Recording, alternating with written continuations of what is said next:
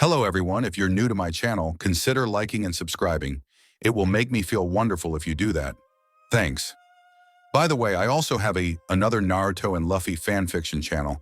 If you are interested, link is in the description. Deadly Drinking Pirate by Darren. Ace was wondering about that sake he stole from those pirates before allowing his little brother Luffy drink it when they became brothers.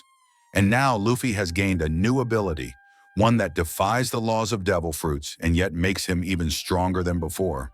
Watch this drunk-proof pirate become the king of them all. Mature Luffy duel. Devil fruit. Luffy/Harim, I don't own anything, adios. Why? Shanks says it is good. A short boy about 7 years old with short, messy black hair whined from within a bar.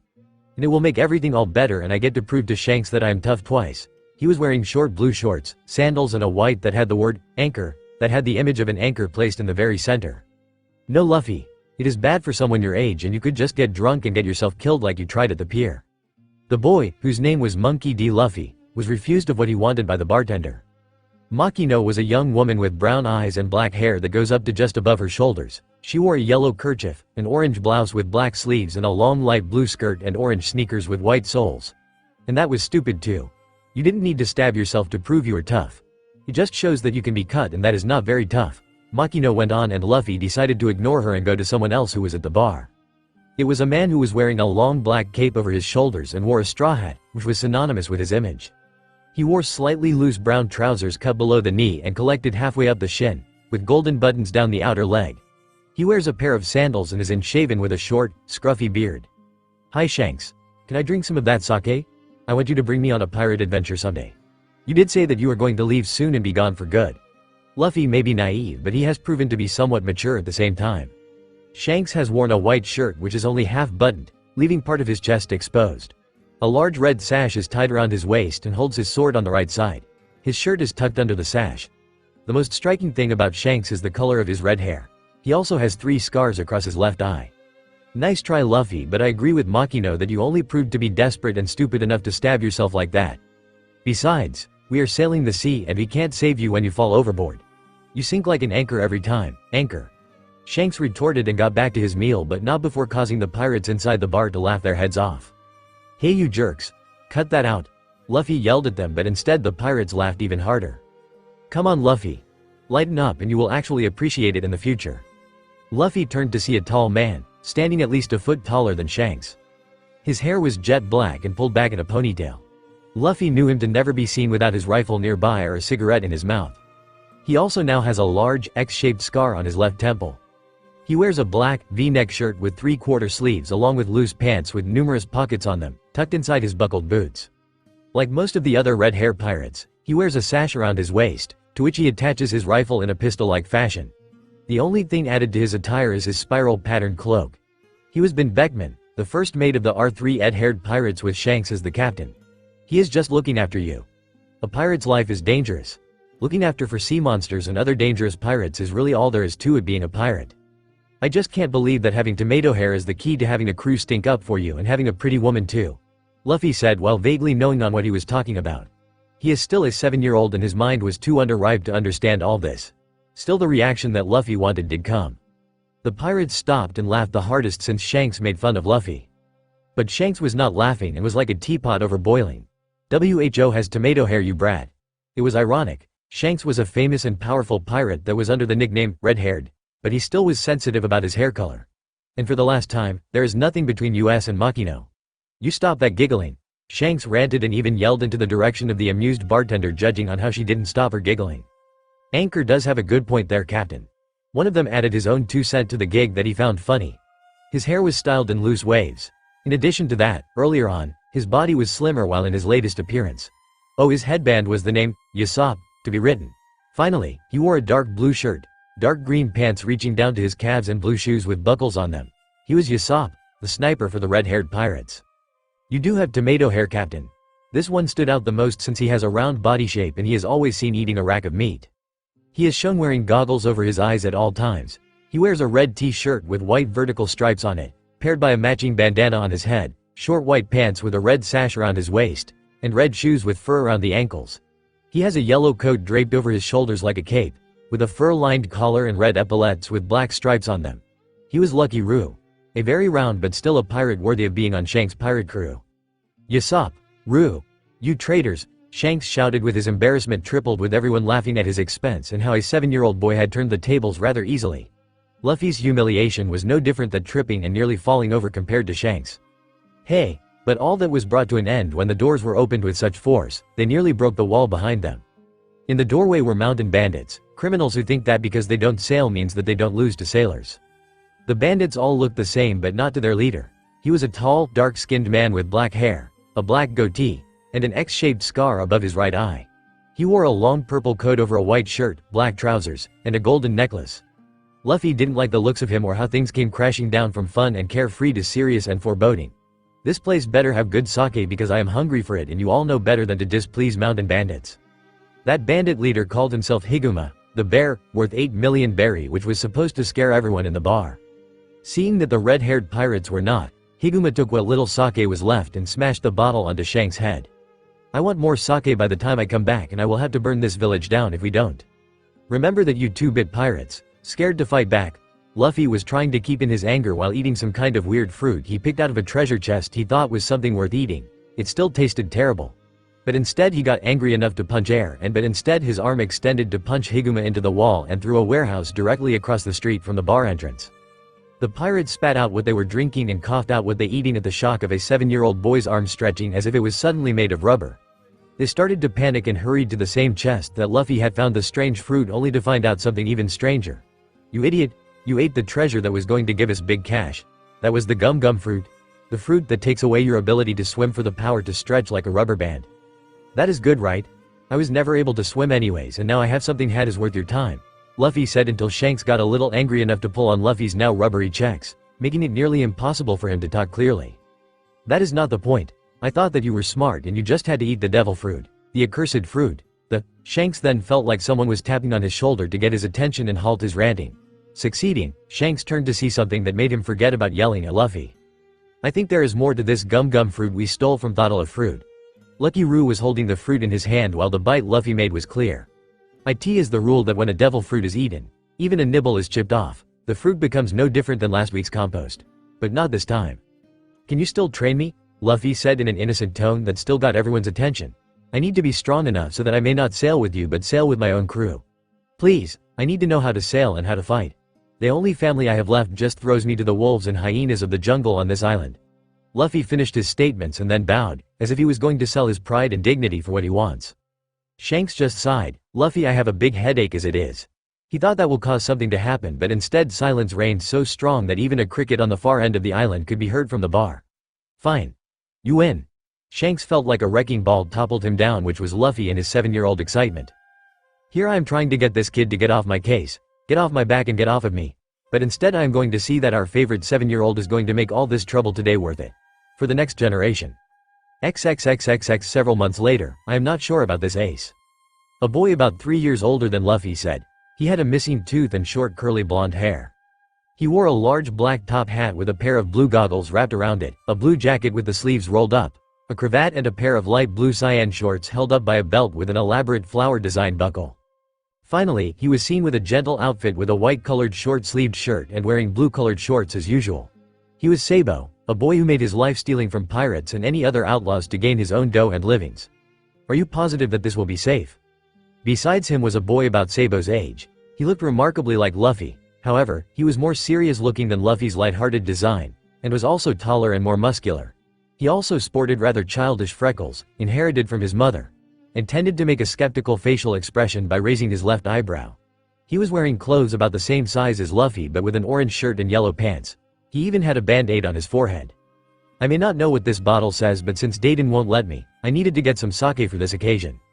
Ace said, and he uncorked the bottle to fill up 3 wine glasses for himself, for Sabo and for Luffy, who was sitting on the other side of the crate that was being used for a table. He had changed a lot ever since he started to train under Shanks. It took a lot of whining and begging to convince Shanks to stay and to convince his grandfather who was with the Marines to allow Shanks to train him into becoming a skilled sailor. So far, it was successful and Luffy may have to endure such harsh and unorthodox training in order to be as strong as the king of a jungle, but Shanks keep him from gaining the mind of a helpless and clueless monkey. Not only is he as strong as the average Marine despite being only almost 8, he was also good with a sword from Shanks, good with a pistol from Yasop, good with strategy and his wits, and also good with his feet like Lucky Roo. Who knew that even someone that sticks out like a sore thumb could move around fast enough to not be noticed? That was how Lucky Roo was such a dangerous pirate. He could move faster the more he eats and fills his belly. Luffy never found out how, and that is because the last time he tried to ask, he was run into the ground and shot down as if wild prey.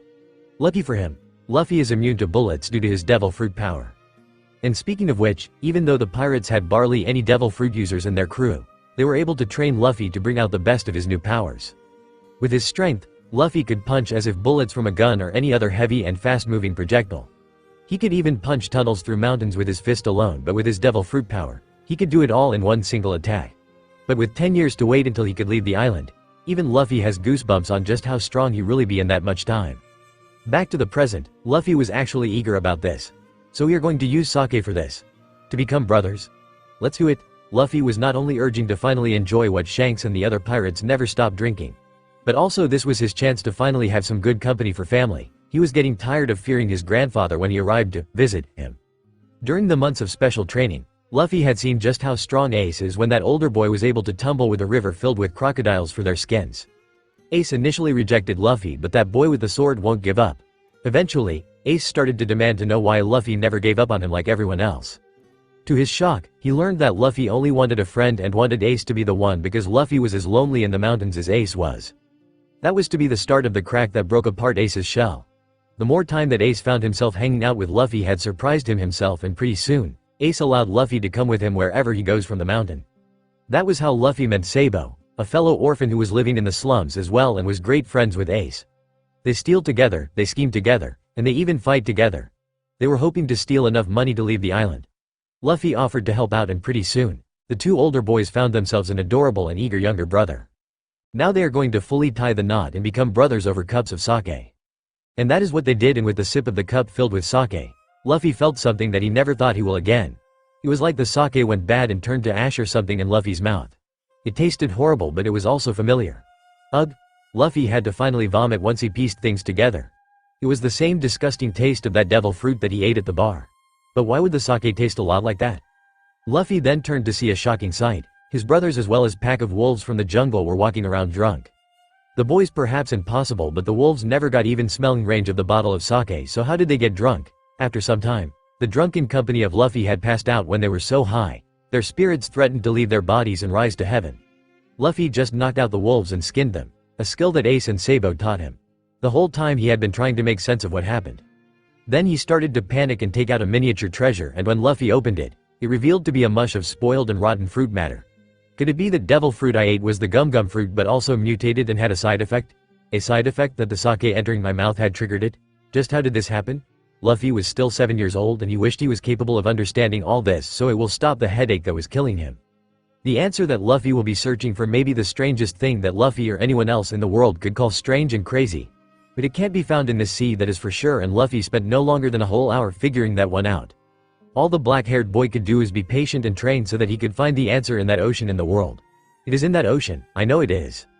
XXXXX. And so 10 years had passed and Luffy's brothers had already left for the sea, so now it was his turn. It was a very beautiful day on the pier of Fuchsia village. The entire village was there, including the village elder. He had a cleft chin, wears oval glasses, and has a mustache and a beard, turning grayish-white. He wears simple clothages with his appearance, but they are similar to each other. He currently wields a walking cane from old age. He was also the mayor, whoop slap.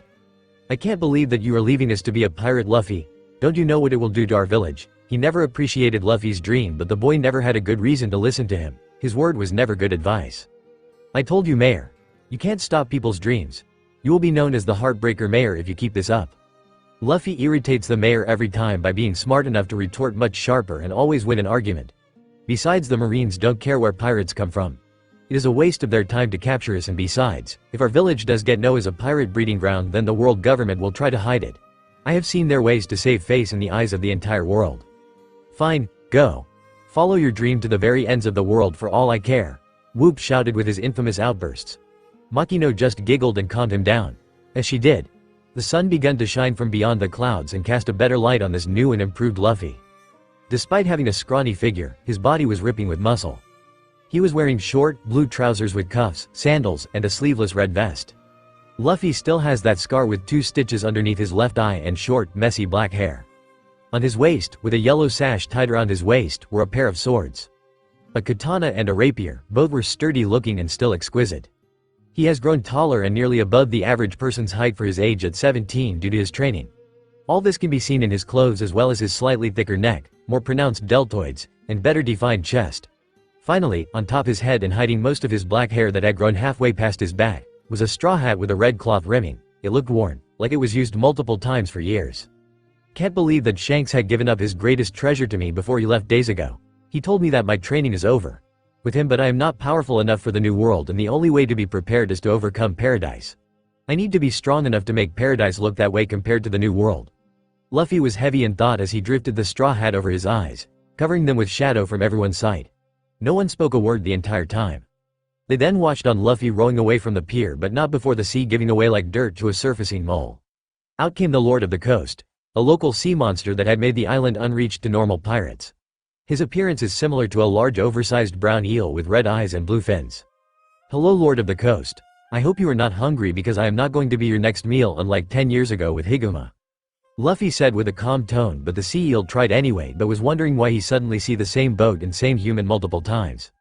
No matter which one he tries to attack, all he meets is the water that splashes rather hard at that speed. I told you, and because you are a sea monster, you don't belong in the East Blue. You deserve to live with the real monsters in the world's greatest ocean. Come with me and you will no longer be hated and forgotten by all. They will fear you instead, and that is what you live for, isn't it? Luffy started to say, and the sea eel was wondering why his V-zone was cleared up and he could think straight again. Looking into the eyes of Luffy made the sea beast give in. Those eyes were like that of a king or a conqueror. He just sat there in the waves while Luffy attached some ropes in the shape of a horse's leash. From now on, you will be my stead, and you need a name. A name that will show of everything you can give to everyone who sees you from the depths of the ocean. Luffy started to think hard on what will be good until he smirked, Umi Tente. The sea creature didn't know what to think based on human language but still liked the sound it and nodded. Well then, my stead, my Umi Tente, we will show the world what we can do. We are going to be the strongest there ever is. We are going to rock the earth so hard it will shake the heavens. Luffy raised his fist into the air and Umi Tente, or Umi for short, roared into the air following his new master's voice. That was to be the start of something that the world had never seen indeed. End of chapter 1. Previously on Deadly Drunken Pirate. And so 10 years had passed and Luffy's brothers had already left for the sea, so now it was his turn. It was a very beautiful day on the pier of Fuchsia village. The entire village was there, including the village elder. He had a cleft chin, wears oval glasses, and has a mustache and a beard, turning grayish white. He wears simple clothes and a hat that changes with his appearance, but they are similar to each other. He currently wields a walking cane from old age. He was also the mayor, Whoop Slap. I can't believe that you are leaving us to be a pirate, Luffy. Don't you know what it will do to our village? He never appreciated Luffy's dream, but the boy never had a good reason to listen to him. His word was never good advice. I told you, Mayor. You can't stop people's dreams. You will be known as the Heartbreaker Mayor if you keep this up. Luffy irritates the mayor every time by being smart enough to retort much sharper and always win an argument.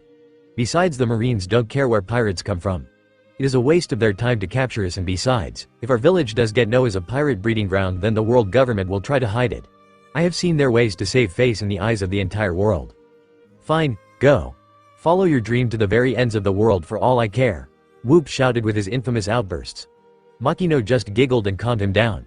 As she did, the sun began to shine from beyond the clouds and cast a better light on this new and improved Luffy. Despite having a scrawny figure, his body was ripping with muscle. He was wearing short, blue trousers with cuffs, sandals, and a sleeveless red vest. Luffy still has that scar with 2 stitches underneath his left eye and short, messy black hair. On his waist, with a yellow sash tied around his waist, were a pair of swords. A katana and a rapier, both were sturdy looking and still exquisite. He has grown taller and nearly above the average person's height for his age at 17 due to his training. All this can be seen in his clothes as well as his slightly thicker neck, more pronounced deltoids, and better defined chest. Finally, on top his head and hiding most of his black hair that had grown halfway past his back, was a straw hat with a red cloth rimming. It looked worn, like it was used multiple times for years. Can't believe that Shanks had given up his greatest treasure to me before he left days ago. He told me that my training is over with him, but I am not powerful enough for the new world, and the only way to be prepared is to overcome paradise. I need to be strong enough to make paradise look that way compared to the new world. Luffy was heavy in thought as he drifted the straw hat over his eyes, covering them with shadow from everyone's sight. No one spoke a word the entire time. They then watched on Luffy rowing away from the pier, but not before the sea giving away like dirt to a surfacing mole. Out came the Lord of the Coast, a local sea monster that had made the island unreached to normal pirates. His appearance is similar to a large oversized brown eel with red eyes and blue fins. Hello Lord of the Coast. I hope you are not hungry because I am not going to be your next meal unlike 10 years ago with Higuma. Luffy said with a calm tone, but the sea eel tried anyway but was wondering why he suddenly see the same boat and same human multiple times. No matter which one he tries to attack, all he meets is the water that splashes rather hard at that speed. I told you, and because you are a sea monster, you don't belong in the East Blue. You deserve to live with the real monsters in the world's greatest ocean. Come with me and you will no longer be hated and forgotten by all. They will fear you instead, and that is what you live for, isn't it? Luffy started to say, and the sea eel was wondering why his V-zone was cleared up and he could think straight again. Looking into the eyes of Luffy made the sea beast give in. Those eyes were like that of a king or a conqueror. He just sat there in the waves while Luffy attached some ropes in the shape of a horse's leash. From now on, you will be my stead and you need a name. A name that will show of everything you can give to everyone who sees you from the depths of the ocean. Luffy started to think hard on what will be good until he smirked, Umi Tente. The sea creature didn't know what to think based on human language but still liked the sounded and nodded. Well then my stead, my Umi Tente, we will show the world what we can do. We are going to be the strongest there ever is. We are going to rock the earth so hard it will shake the heavens. Luffy raised his fist into the air and Umi Tente, or Umi for short, roared into the air following his new master's voice. That was to be the start of something that the world had never seen indeed. After a couple of days of just drifting, in case they stumble onto something on the sea, Luffy was actually starting to feel a little bored. It was nothing but the white clouds too far to reach and the blue sea that stretched like a never-ending blanket. I just wish something will blow up because it will startle me. That is proof that things are too peaceful. Luffy muttered in annoyance and then got his wish even though he didn't see the wishing start in the day sky. Something did blow up and it was so strong that it rocked the ocean surface, with Luffy's boat shaking violently. And it was so loud that it nearly killed off the fish nearby. The ones not so lucky had littered the ocean around the area. Let's check it out, Umi, Luffy said while getting the attention of his startled seastead. Nodding, Umi took off with Luffy and his boat towards the source of the noise. Meanwhile, at the very site, there was a battle. Two ships, one with a flag of the skull and crossbones, were shooting cannons and launching sailors at each other. It was between a pirate ship and their next target for plunder. The strangest thing was that the ships were still floating and not even lowering an inch in all the cannon fire. It was like the cannons were only doing as much as getting the wooden hull dusty and dirty. But that makes some sense, since if one ship goes down and the other is too damaged to be used again, it won't matter any difference to who will win. It looks like they are trying to avoid getting sunk and getting the other ship to sink. Looks like a battle alright, but if we are going to the Grand Line, we will need a much bigger ship than this rowboat, Luffy said while trying to figure out which ship to spare and which one to salvage for himself. Oh what the heck, stand back Umi, Luffy said, getting his sword out of its scabbard, which confused the eel like Sea King, but it moved back anyways. And it was glad that it did, because when Luffy swung his sword, the sea exploded in a violent wave that shook both of the ships, and in a closer look, the crew were shocked as well. Or that, they all had weak hearts since they fell hard to the decks and were all knocked out. All done, come on Umi. I need to refashion this eyesore into something that really screams pirate ship.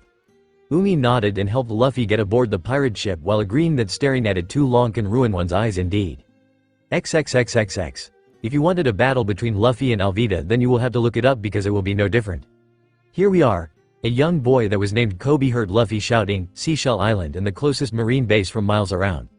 Luffy said before turning to Kobe as the former cabin boy emerged from within the boat like a bear from winter hibernation. This is where you will start your life as a marine.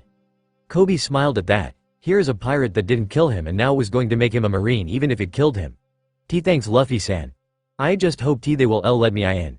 Kobe was still the wuss from living in fear for 2 solid years as a reluctant cabin boy on a cruel pirate ship.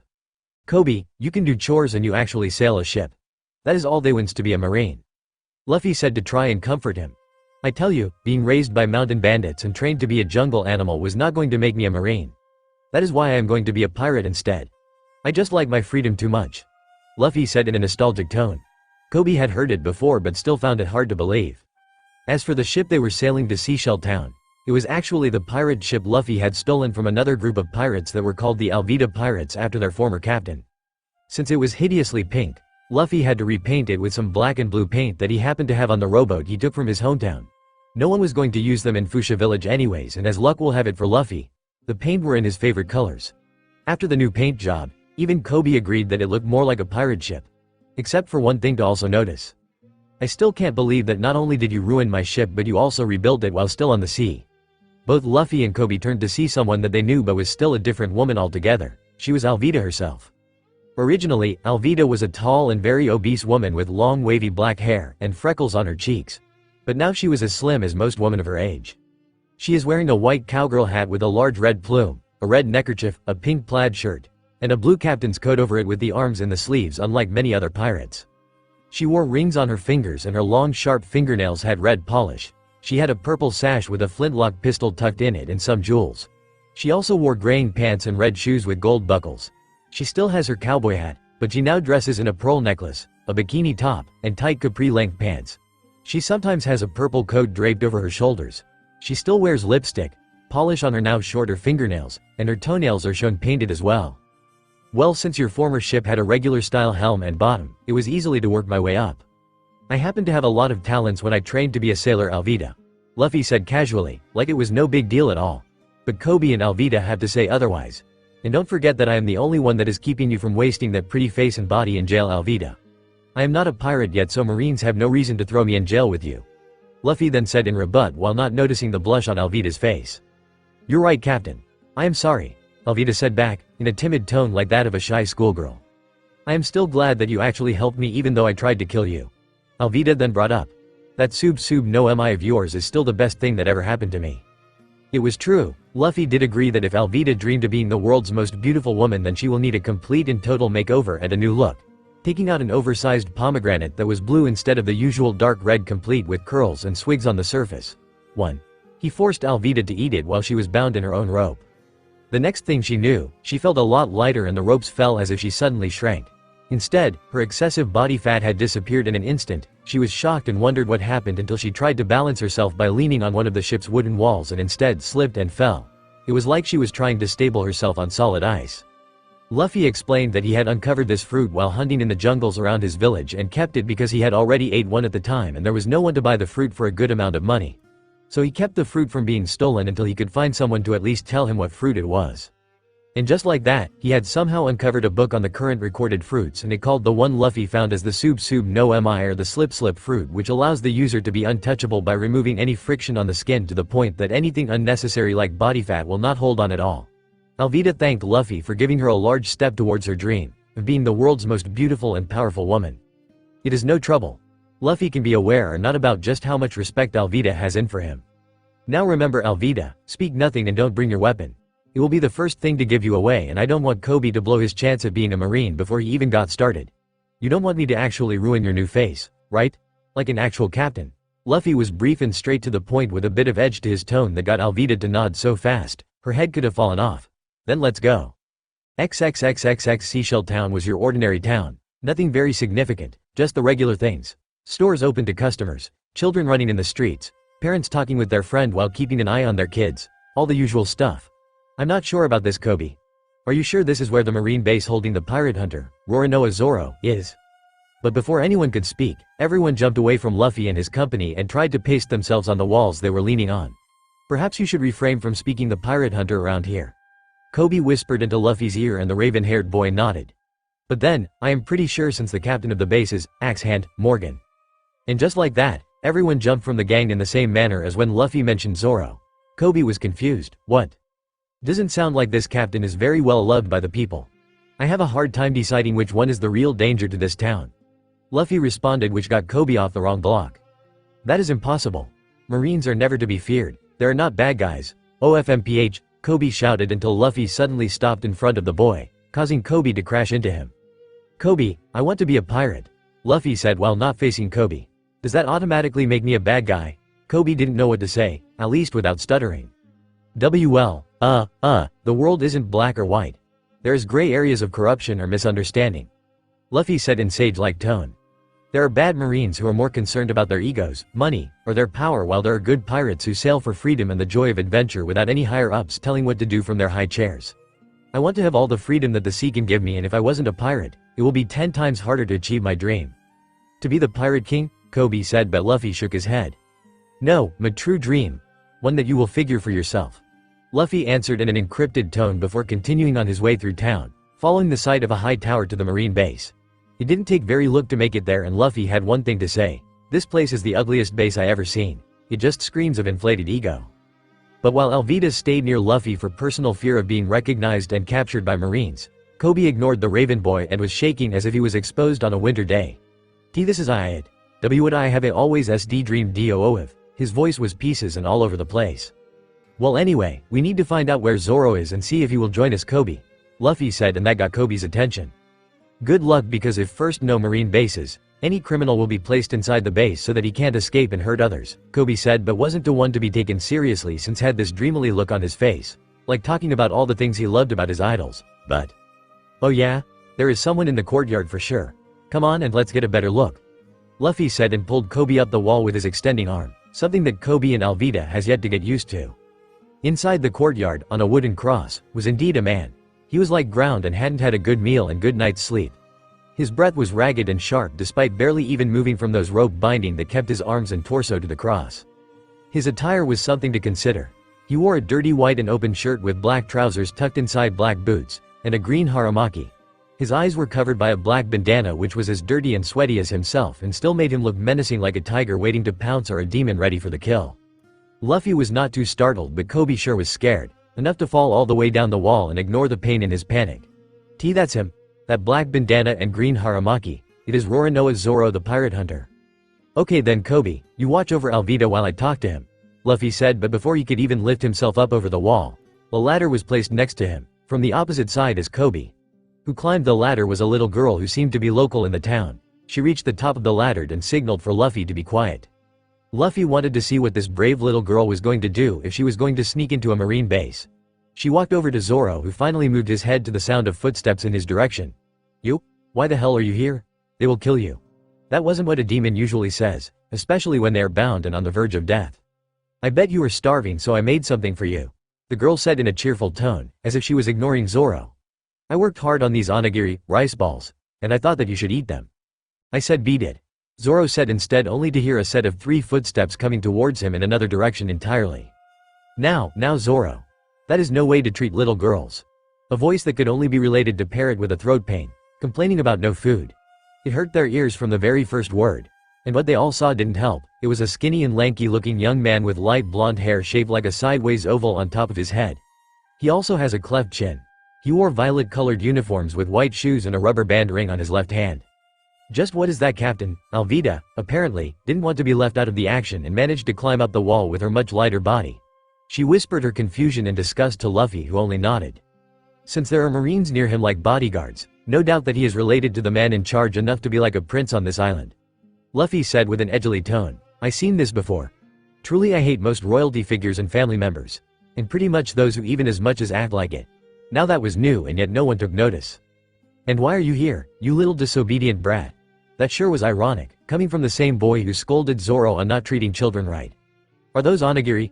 He pointed to the treat in the girl's hands and snatched it without even asking for one, only to choke on it and expel it from his mouth in disgust. He then snatched the remaining rice ball and stomped it into the dirt and mud under his foot. This are too sweet, you need to use salt. Don't you even make good rice balls?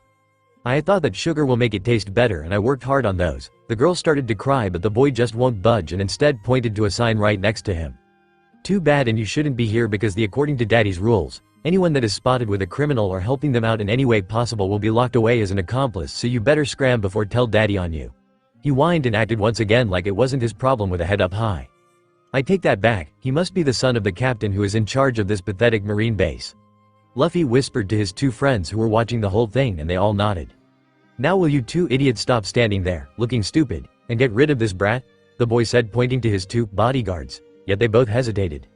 But Mr. Helmeppo, she is a little girl, and one of them stuttered until the boy, now named Helmeppo, grabbed him by the scuff of the collar.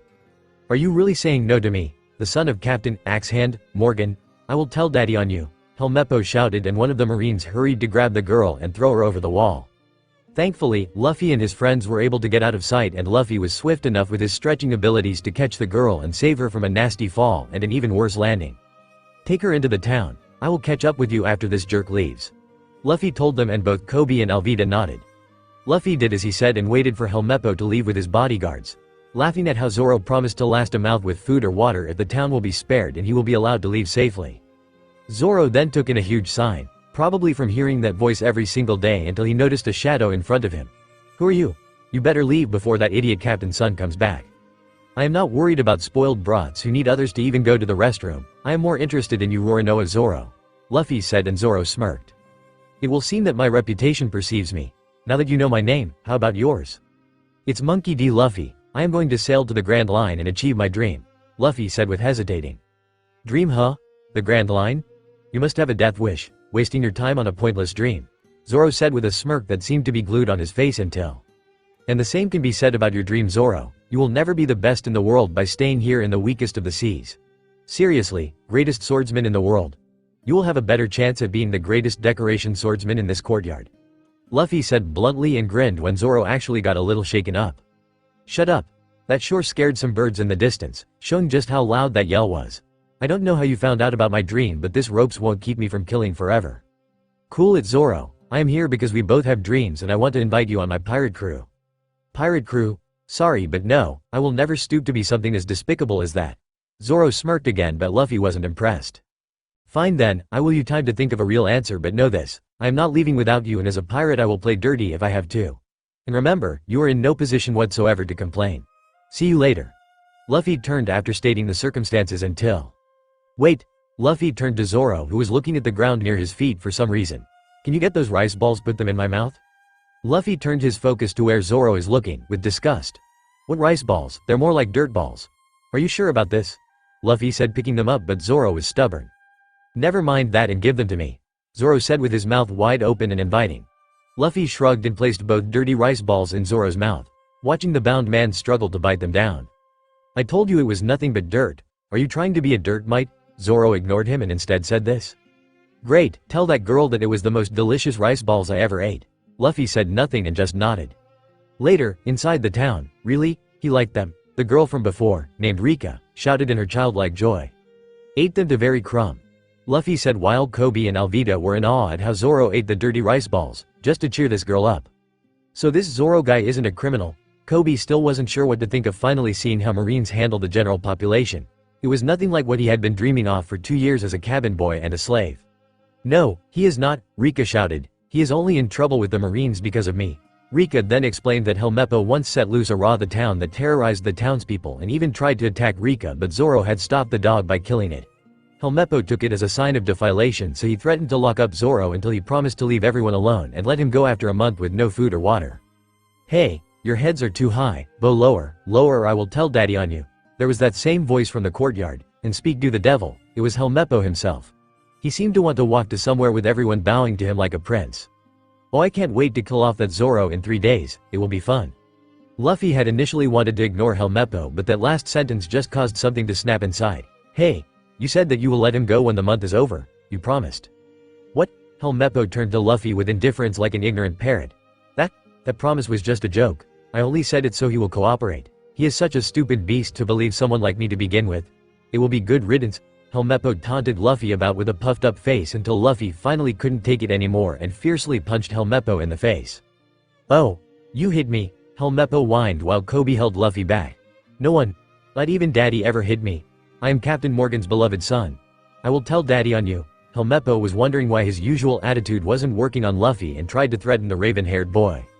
"Then you better call him and kill me in front of his eyes for all I care. You're way too old to go to your stupid father for something as stupid as this." Luffy wasn't deterred at all. He had seen scarier things than the threats from a spoiled boy. After seeing the 2 Marines take Helmeppo away, he shook Kobe off easily and adjusted his hat that fell off his head when he struck at the captain's son. He is not even worth hitting. That is why he has never been hit in his life. While everyone was in deep shock at what was going on, Rika walked up to Luffy and had the eyes of a child who had seen her idol in action. "Thanks, big brother, I feel a lot better now." It sure did when Rika saw the one who wasted her hard work and had the nerve to insult it right in front of her eyes. Luffy just chuckled while ruffling up Rika's hair like a little sister of his. "Rika, you know you shouldn't be involved in things like this. We will get killed." A woman who looked like an adult version of Rika came and took the little girl from Luffy while Rika was protesting until Luffy assured her that things will be fine with a thumbs up. Once Rika was in her house with her mom, Luffy lost his smile and faced Kobe with a glare to prevent anything the latter was going to say. "Try and stop me, Kobe, but I have made up my mind. I am going to leave this town, with Zoro on my crew." Not waiting for a response, Luffy charged towards the marine base again after telling Alvida to look after Rika and only intervene when things get out of hand. Once he had reached the wall and climbed over it, Zoro looked up to see Luffy again. If this is about joining your crew, then you will be disappointed. I have thought about it 3 times before you got back. I don't want to go. Zoro tried to make it clear even though his appearance was not to be taken seriously. Since Luffy isn't going to leave without Zoro, he had a plan for Zoro, unfortunately for the latter. If you want to become the world's best swordsman, given that you are the pirate hunter and yet you don't kill pirates, you are trying to improve your skills even though you are feared throughout the East Blue. You are aiming for the top, but you can't do that without a sword. Luffy started and Zoro was growling at the former. Zoro, if I give you a sword, will you slice steel, slice iron, create blades of wind, cut an entire ship into half? No way in hell, those are impossible. Zoro shouted in defilation, but Luffy wasn't impressed. Zoro, I am a swordsman myself, trained by a pirate from the Grand Line. He happened to be Dracula's old rival. I even know both of them greatly. If you want to be the top, then those things will be nothing to you. You can't achieve your dream staying here in the East Blue. Luffy said, and Zoro just didn't know what Luffy was talking about until. And tell you what, since you don't have your swords, they were stolen. I will get them back for you. What? But if you want them back, you will have to join my pirate crew. Luffy smirked and Zoro exploded. You little, stupid, blackmailing piece shit are really pissing me off, Zoro yelled like a trapped and cornered rat until Luffy gave a silent farewell before running towards the base directly. He is just going to die. Oh, how wrong Zoro will learn he is. Meanwhile, at the top of the tower at the marine base. Hurry it up. I want my statue to be where everyone can see my greatness. Do it right or I will kill you, shouted a very tall and muscular, intimidating man with blonde hair and a steel jaw. His right hand is replaced by a huge steel axe, the handle of which seems to go right through his forearm. He is wearing a large, billowing coat like a cape. He is also smoking a cigar. Why yes, Captain Morgan. The poor Marines who are struggling to lift up a statue of their captain, proving of his abuse and huge ego. But someone was there and was talking to Morgan about something else. But Daddy, someone hit me and you said that you will kill anyone who does. Why aren't you doing it? Helmeppo was shouting at his father even though they barely had anything in common despite being father and son. Morgan had this to say though. You want to know why I haven't hid you in all your life? Morgan said with a sadist tone that scared Helmeppo. Because I am your beloved son? That was the wrong answer for sure, as he too was hit in a similar but weaker way than Luffy. Because you are a son that is not even worth hitting, Morgan shouted before getting on his feet and towering over the quivering Helmeppo. Why am I the one to fight your battles? You're old enough to do it yourself and not get my greatness involved. You're just a flea compared to the prize-winning canine I am. Got it? Morgan said, but before anyone could respond, someone beat them dead. Except for that last one, I had to agree with you. Axe hand. A voice that Morgan didn't know but Helmeppo recognized had settled in the atmosphere out of nowhere. When everyone set their eyes on where the voice seemed to originate, on Morgan's statue. Hey. What the hell do you think you are doing? You are a commoner who is going to rot my wonderful statue. Get off so I can kill you, Morgan shouted, but Luffy didn't budge. This thing? Thanks for reminding me, to do this. Luffy looked down on the waste of rock and stone and smashed it with his bare fist. Morgan was as pale as a ghost, seeing the rock image of himself crumble and fall to the ground. Kill him, now. Aye aye, Captain Morgan, the Marines saluted until. Daddy, that is the one who hit me. If you would have killed him, none of this would have happened. Helmeppo shouted until he felt a little light-headed and found himself being carried by Luffy while upside down. Sorry, but I need you for a moment, Luffy said before taking Helmeppo down the corridor via an open entrance to the main stairway. Meanwhile, a Marine pointed out someone trying to untie Zoro in the courtyard, which successfully derived Morgan's attention from Luffy kidnapping his son. And indeed, in the courtyard, Kobe with the help of Alvida was trying to untangle the ropes off of Zoro and free him. They told Zoro just what was going on and that the Marines were never going to spare Zoro at all, just needed a reason to show off their achievement. And then their great power by killing an otherwise exhausted and starved pirate hunter. Back in the marine base, Marines were dropping like flies to fly poison as Luffy tried to find where Helmeppo had placed the stolen swords of Zoro's. They were in a room that screamed more of a girl's tastes with all that egotistical and pink decor. Viewed a sword in a white scabbard while 2 more in regular black ones. Luffy didn't have time to think when he saw the Marines aiming their guns on Zoro and his friends, so he took all of them, tied the swords to his waist and blocked the bullets by leaping out of a window. You, Luffy, no, strawhat.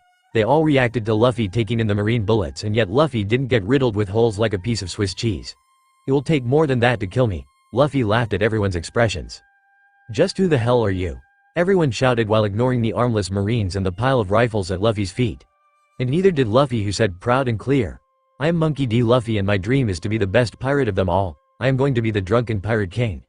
Luffy didn't have time to think when he saw the Marines aiming their guns on Zoro and his friends, so he took all of them, tied the swords to his waist and blocked the bullets by leaping out of a window. "You, Luffy, no, strawhat." They all reacted to Luffy taking in the Marine bullets, and yet Luffy didn't get riddled with holes like a piece of Swiss cheese. "It will take more than that to kill me." Luffy laughed at everyone's expressions. "Just who the hell are you?" Everyone shouted while ignoring the armless Marines and the pile of rifles at Luffy's feet. And so did Luffy, who said proud and clear, "I am Monkey D. Luffy and my dream is to be the best pirate of them all. I am going to be the drunken pirate king." Several days later, there was peace among the waters. And that was just perfect for the man, leaning on the railings of his ship. He called it the King's Gourd based off himself, and after using so of the funds he literally pulled out of nowhere at a couple of ports for some more material to refashion the ship that originally belonged to the Alvida pirates before they were all turned in. With the exception of the captain, for some extra cash. It helped that both Luffy hadn't made a pirate flag yet and that Zoro was there too, keeping quiet about becoming a pirate. Everyone thought that the pirate hunter had finally allowed some help in his business. "Out here again, Captain. I thought this is where I will find you." An angelic voice had flowed with the wind and into Luffy's ears. The raven-haired pirate captain turned to see a sight that he will never get enough of. It was the second woman on his crew after Alvida, who had become the chef enforcer and female counterpart to Zoro as Luffy's first mate. She is a slim young woman of average height, with orange hair and light brown eyes. Many people consider her to be very attractive or even beautiful. She wore an orange mini skirt with 2 white rings on each side filled in with orange or brown in their centers, and shirts with short sleeves, and usually pairs her tops with skirts that have 2 rings on the sides. Her trademark shoes are orange high-heeled gladiator sandals. She also had short hair with a particularly curled strand over the left side of her face. "Right again, Nami-chan. I swear that the wind is a better friend to you than me," Luffy said with a grin, and Nami giggled. "I am sure, my captain man, the wind is my friend, but I can't speed with the wind. I will just catch a cold." Nami giggled along.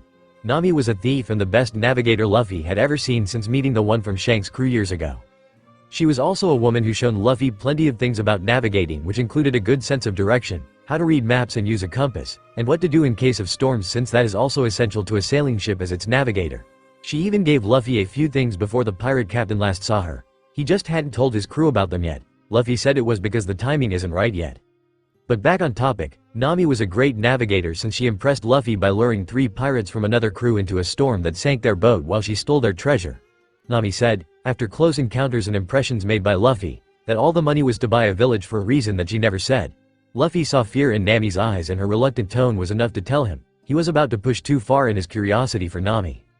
But the real kicker was when Nami said that she was also interested in the captain, and after another adventure that involved an island of curious animals and its protector in a chest, she and Luffy really got intimately close. It was almost like they became a couple only after a few days, not that Zoro wanted to hear them talk so softly that it made his ears itch.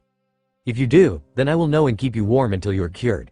And if I catch that cold, then I am counting on the world's best girl to keep me warm and company as well," Luffy said, and Nami giggled. It seemed to be love stuck flittering, but to Nami, it was still sweet enough to bear it. "You have all the time in the world, Captain, but I want to know why we are going to some random island. And what is this about a second ship? Don't we have one already and we can just expand for more crew members?" Alvida came from who knows where these days, and judging from the maps in her hand, both the map room and the captain's captain. "We do, and we can always use another ship that is small enough to get to those inhabited island where there are no docks and rocks that can sink this ship instead. The Grand Line may have docks, piers and towns like here in the East Blue and any other sea, but one can never be too careful, not even in the world's greatest sea," Luffy said, and his crew just signed in content that they haven't won a conversation with their captain yet. Then again, they all agreed that Luffy is thinking about the crew, even more than the ship had worked hard on to renovate into something he finds more interesting and necessary. XXXXX. This has got to be it," Luffy said while overviewing the next destination, the one he was awaiting. "He told me that the island will be on these coordinates," Luffy said, looking at a map he had fished out, and ordered the ship to head to where the island is pointing. Nami had to point out that someone sure had made the map to focus on just one island and was not a treasure map until Luffy reminded her that treasure has more than one meaning. It was an island all right when the band of pirates got there, and there were signs of a village, but there was no port in sight. It seemed that the native inhabitants were more inbound in terms of access to the sea. Unfortunately, it cuts off the town from any ocean shipping and makes it the perfect place for pirates to attack with surprise. That was no surprise that when Luffy and his crew had set anchor at the ramp which led up to island ground level. Halt, that was a meek voice, and yet it got the pirates' attention, and they saw a very curious sight. It was a young man, around Luffy's own age, that had a very particular nose that was like of a tengu. Overall, He was a slim teenager with medium-length black woolly hair and a long nose. He wore an olive-green plaid bandana, a blue and white striped armband on his left arm. He seemed to carry with him a yellow satchel. "You aren't P pirates, are you? IFYUAAR. Then you will have to get through me." It was obliviously that this boy was trying to act tough, but his stutter and shaking legs were a major giveaway. Then he took out a slingshot and aimed it at Luffy's head while the raven-haired pirate smirked. It made this young boy with a slingshot only more angry and yet more scared.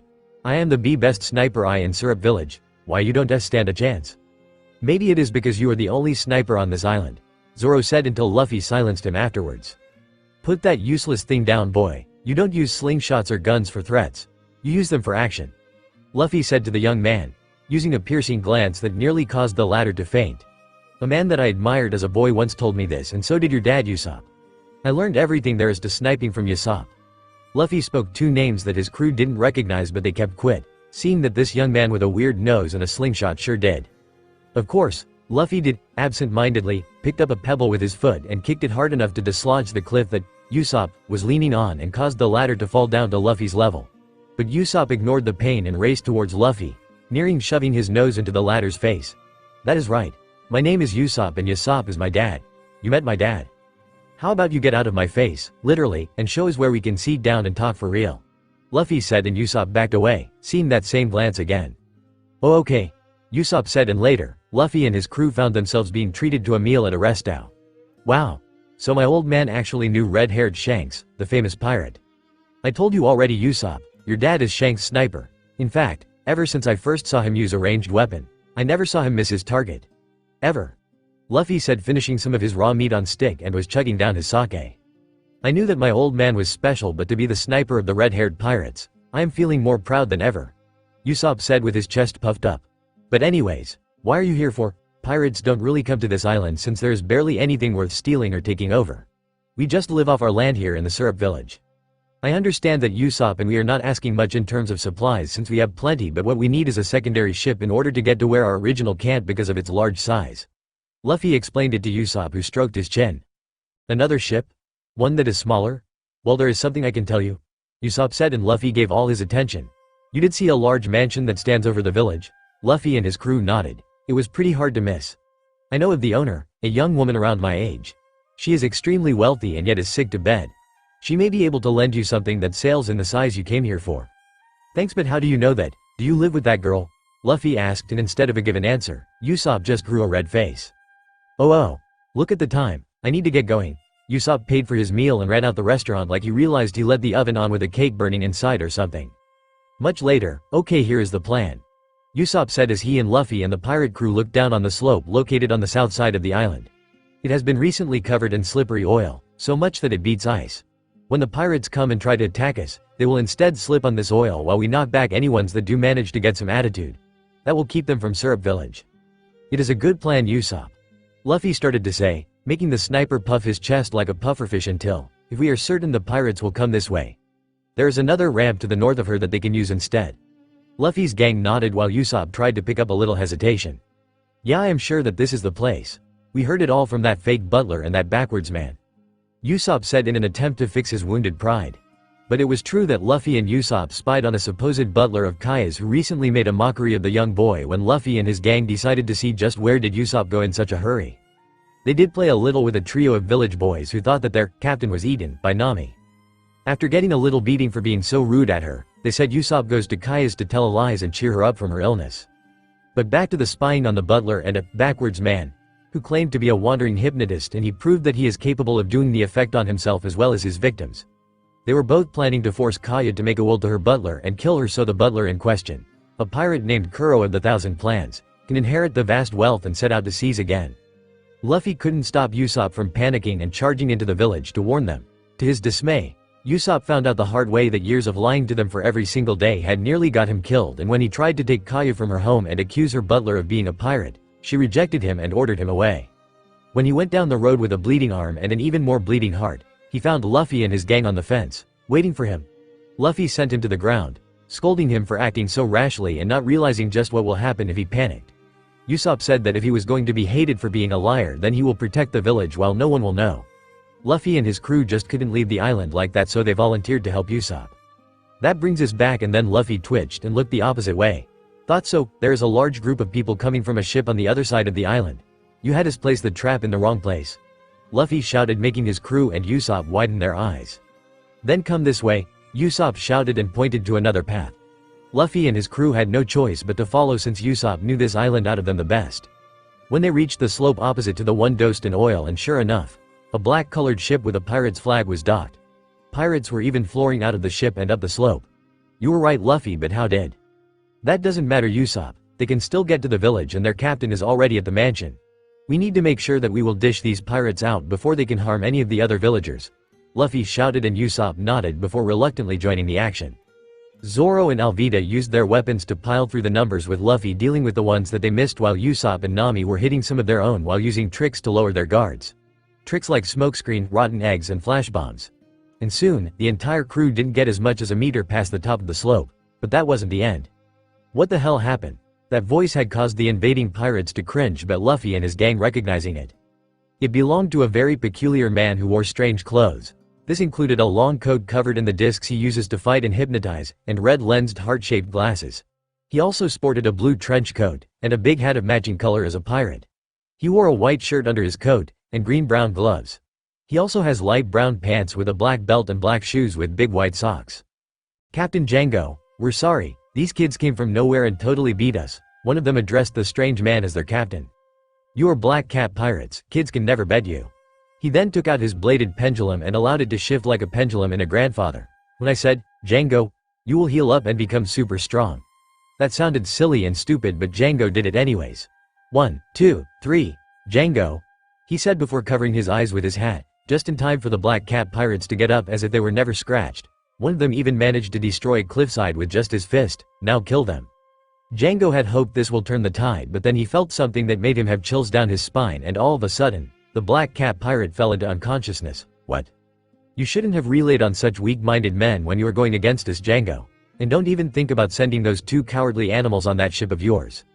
That got even his own gang off guard until the black cat pirate ship suddenly fell apart. I never liked the looks of it anyways. The color was just fine, but the rest just made it gloomy and impossible to find in the dark. Just what is wrong with you, Django? Did 3 years make my crew weak? That won't foil my plan. Everyone looked up at the top of the slope. There was a slim man with glasses and slicked black hair. He wore a black suit with 2 golden markings on it over a white shirt with a curious collar, with spiral-like protrusions on the edges, and a standard black tie. He also sports striped shoes. Kuro, it sure took you long enough to get here. You better not have harmed Kaya, Luffy said coolly, much to the anger of the fake butler. So you are the boy who is making my plan that took 3 long years to happen, really hard to undergo, Kuro said with frustration in his tone. Are you sure that you will just surrender since you don't have a crew to rely on to attack Syrup Village? Shut it. I can just deal with this pathetic village once I kill you all. And that means you too, Django, for failing me, Kuro shouted, but the killer fake butler never moved an inch when. You are after me then, are you, Kuro? From behind Kuro was the object of the latter's bloodthirst and greed. She was a fairly tall, slim, and pale girl with blonde hair. She has wide brown eyes that are of a sort of lighter shade. Despite her fortune as the heir of her wealthy family, she is rarely seen in anything but simple neat clothing, be it a plain long dress or common clothing such as a skirt and jacket. Why, Miss Kaya? What has gotten to you? I am going to kill these ruffians who are just after your money. You should go home and rest. Mary told me everything, Kuro, and I am not going anywhere. Kaya talked back, and yet Kuro didn't even try to change his smirk. In that case, then you will have no choice than give up your fortune to me. Then maybe I will let you all go. Kuro taunted and took out the most menacing gloves any of the witnesses have personally seen before. They were furry black gloves that had katana blades sticking out on each finger. No, I refuse to believe someone who is really a pirate and a killer one that I refuse to do what you want me to. Kaya tried to pull a strong front, which was a very hard effort with her illnesses making her unstable. In that case, forgive me, mistress, Kuro said in a sadist tone and charged at Kaya for the kill. Kaya! Usopp cried out from the top of his lungs, but instead the sound of flesh being cut. It was the sound of a blade matching something that was tougher than it was as sharp. I may call myself a pirate too, Kuro, but I am nothing like you. Luffy must have broken the sound barrier or something to beat Kuro and match blades with the former's own. What is more, Luffy had the strength to easily push Kuro away from Kaya to give them both some space. Usopp, Nami, this is an order. Keep this maniac from touching Kaya, Luffy said to his 2 crew members, who both nodded and charged with Kaya in tow. No, get out of my way, boy. I will kill you all, Kuro shouted and getting sloppy as a result with his random but messy hacking that Luffy still was able to defect without a hitch. "And while you were trying to do that, Zoro," Luffy said and got one of his first mate's attention. "You and Alvida amuse yourself with the cannon fodder. They are starting to wake up. And while you are at, keep them alive. I need them alive for something much later." Zoro turned to see the Black Cat pirates indeed getting formed their unconsciousness, complaining about uncontrollable shivering. And they nearly forgot about Django, who was someone relived that all this happened. "Now let's try this again, and if you have any honor even as a pirate, you will forget about everyone for the sake of this duel over the fate of Syrup Village. You won't want to break that honor, will you?" Luffy said, repelling Kuro with his blade to get some more private space. "Bah! All of them can die if it means that my plan will succeed. That is all that matters to me." Kuro didn't even care about what Luffy said and charged again, and with some real attacks this time that actually made Luffy go on the defense and even the offense. "You are getting it, Kuro," Luffy said with a smile even among the clanging of the blades which filled the air between the two pirate captains. "This is actually quite fun. Shut up and lose and die." Kuro was not listening to Luffy at all from the looks of it. "Okay, Kuro. I will fight not to lose or die. I will fight to win this time," Luffy said while using his free hand to reach for his rapier and added some of stabbing attacks to force Kuro on his own guard. But also, unfortunately for Kuro, Luffy got even more aggressive in his strikes that nicked the blades very badly. Meanwhile, Zoro and Alvida were having a ball with the Black Cat pirates, knocking the out one by one in quick session. It was like a whack-a-mole game even though they don't know what those are. They didn't care, just about having their own fun until the ground shook a little and the sound of birds flying urgently from a portion of the forest was heard. All of them turned to see a large plume of smoke emitting from that same place, which made Luffy laugh. "Looks like your last-ditch effort to complete your plan has failed. Surrender now, Kuro," Luffy proclaimed and pointed his rapier at Kuro for good measure, but instead of a surrender, he got a menacing laugh from Kuro instead. "My plans never fail. They always work, and I don't care who gets to die if I need to. You all are dead," Kuro said before getting limp and started to shake like a weed in the wind. The Black Cat pirates started to panic, which confused Zoro and Alvida but worrying Luffy until Kuro disappeared. Shikushi, Death Scope. What happened was an unseen massacre as members of the Black Cat pirates dropped randomly with sudden slashes on their bodies. It was like someone was hacking at them in an unpredictable manner that got Luffy's attention when a piece of the cliffside was cut next to him. That meant that Kuro was now moving so fast, even he couldn't tell where he will end up slashing and he won't care. But what got Luffy off was Zoro getting slashed in the leg and Alvida was nicked on her side, causing them to grunt and scream in pain. Luffy then saw All Ray and then struck something heading towards him. It was Kuro, and that hit in the stomach had halted the Shikushi. "You attack your own crew, my own crew, and tried to kill a young boy who has proven to be a better pirate than you ever did, Kuro. I will never allow you to hurt anyone ever again." Luffy then forced Kuro into the same cliffside as before, leaving behind a big crater in Kuro's wake. "Say good night, Kuro." Luffy reeled in his fist, which attacked like a spring covered by rubber skin. Kuro saw it and knew that it was definitely kill him and ruin his plan. "No, my plan can never fail. Don't." Kuro tried to cover his face in order or protect it from Luffy's punch, but instead, he heard a piece of the cliffside to his left get destroyed instead. "Then you are a man who is not even worth killing. If you can't handle being a wanted man, then you shouldn't have been a pirate and never a man to tangle with my crew," Luffy said and watched as Kuro finally fell into blissful unconsciousness of his own at last. "But don't worry, Kuro, I have my own plans for you. XXXXX." And when Kuro was taken in the ship, bound for good measure and will be out for a while, the Black Cat pirates were banished from the island for good. Usopp asked of the children trio, Kaya and Luffy's crew, to keep this a secret. He said that even though he had saved the village, no one will ever believe him and think all this is just another lie. His Usopp pirates agreed and went home and acted like they were just out playing in the dirt a lot early because they felt like it. But Kaya had other plans. She felt like even though she knew that Usopp wasn't lying, she still needed to look after the one boy she liked the most in the world and vice versa. She wanted not just to listen to stories but to be there when Usopp actually lived them out. Mary, one of Kaya's actual butlers that was supposedly killed off when Kuro crushed Kaya's new glasses and unleashed his contained bloodlust, even gave them what they were looking for. A new but smaller ship. It was about half the size of the King's Gourd with a simple design, but what really stood out was a forehead that was a goat's head. Mary said that he had constructed the ship and named it the Going Merry after himself. "Come on everyone. I have a few things to share with you since it will still be a while before we arrive in the Grand Line," Luffy shouted from the deck and everyone heard it from their rooms, getting adjusted to a new crew member and a second, smaller ship in tow. When everyone came around, Luffy started to walk in back and forth in a line before setting his sights on Alvida, technically his first crew member. "Alvida, can you escape smoke? Can you shatter boulders? Can you use your powers to slide across water?" Luffy started to talk really weird and Alvida just silent watched her captain turn to Zoro. Zoro, can you cut iron, cut steel, slice from a distance, cut an entire ship in half? Hell no. Nami, can predict weather up to extent of hours rather than minutes? Can you dodge thunderbolts and bullets? Can you use lightning like a hammer? No, Kaya. Can you fix cuts and bruises in seconds? Heal broken bones and illnesses in minutes? Attach severed limbs on the fly and in the midst of battle? Of course not, Luffy-san. And you Usopp, can you hit a moving target miles away? Can you use your arms to send a projectile through barriers and shields? Can you tell what to use for what target while in battle?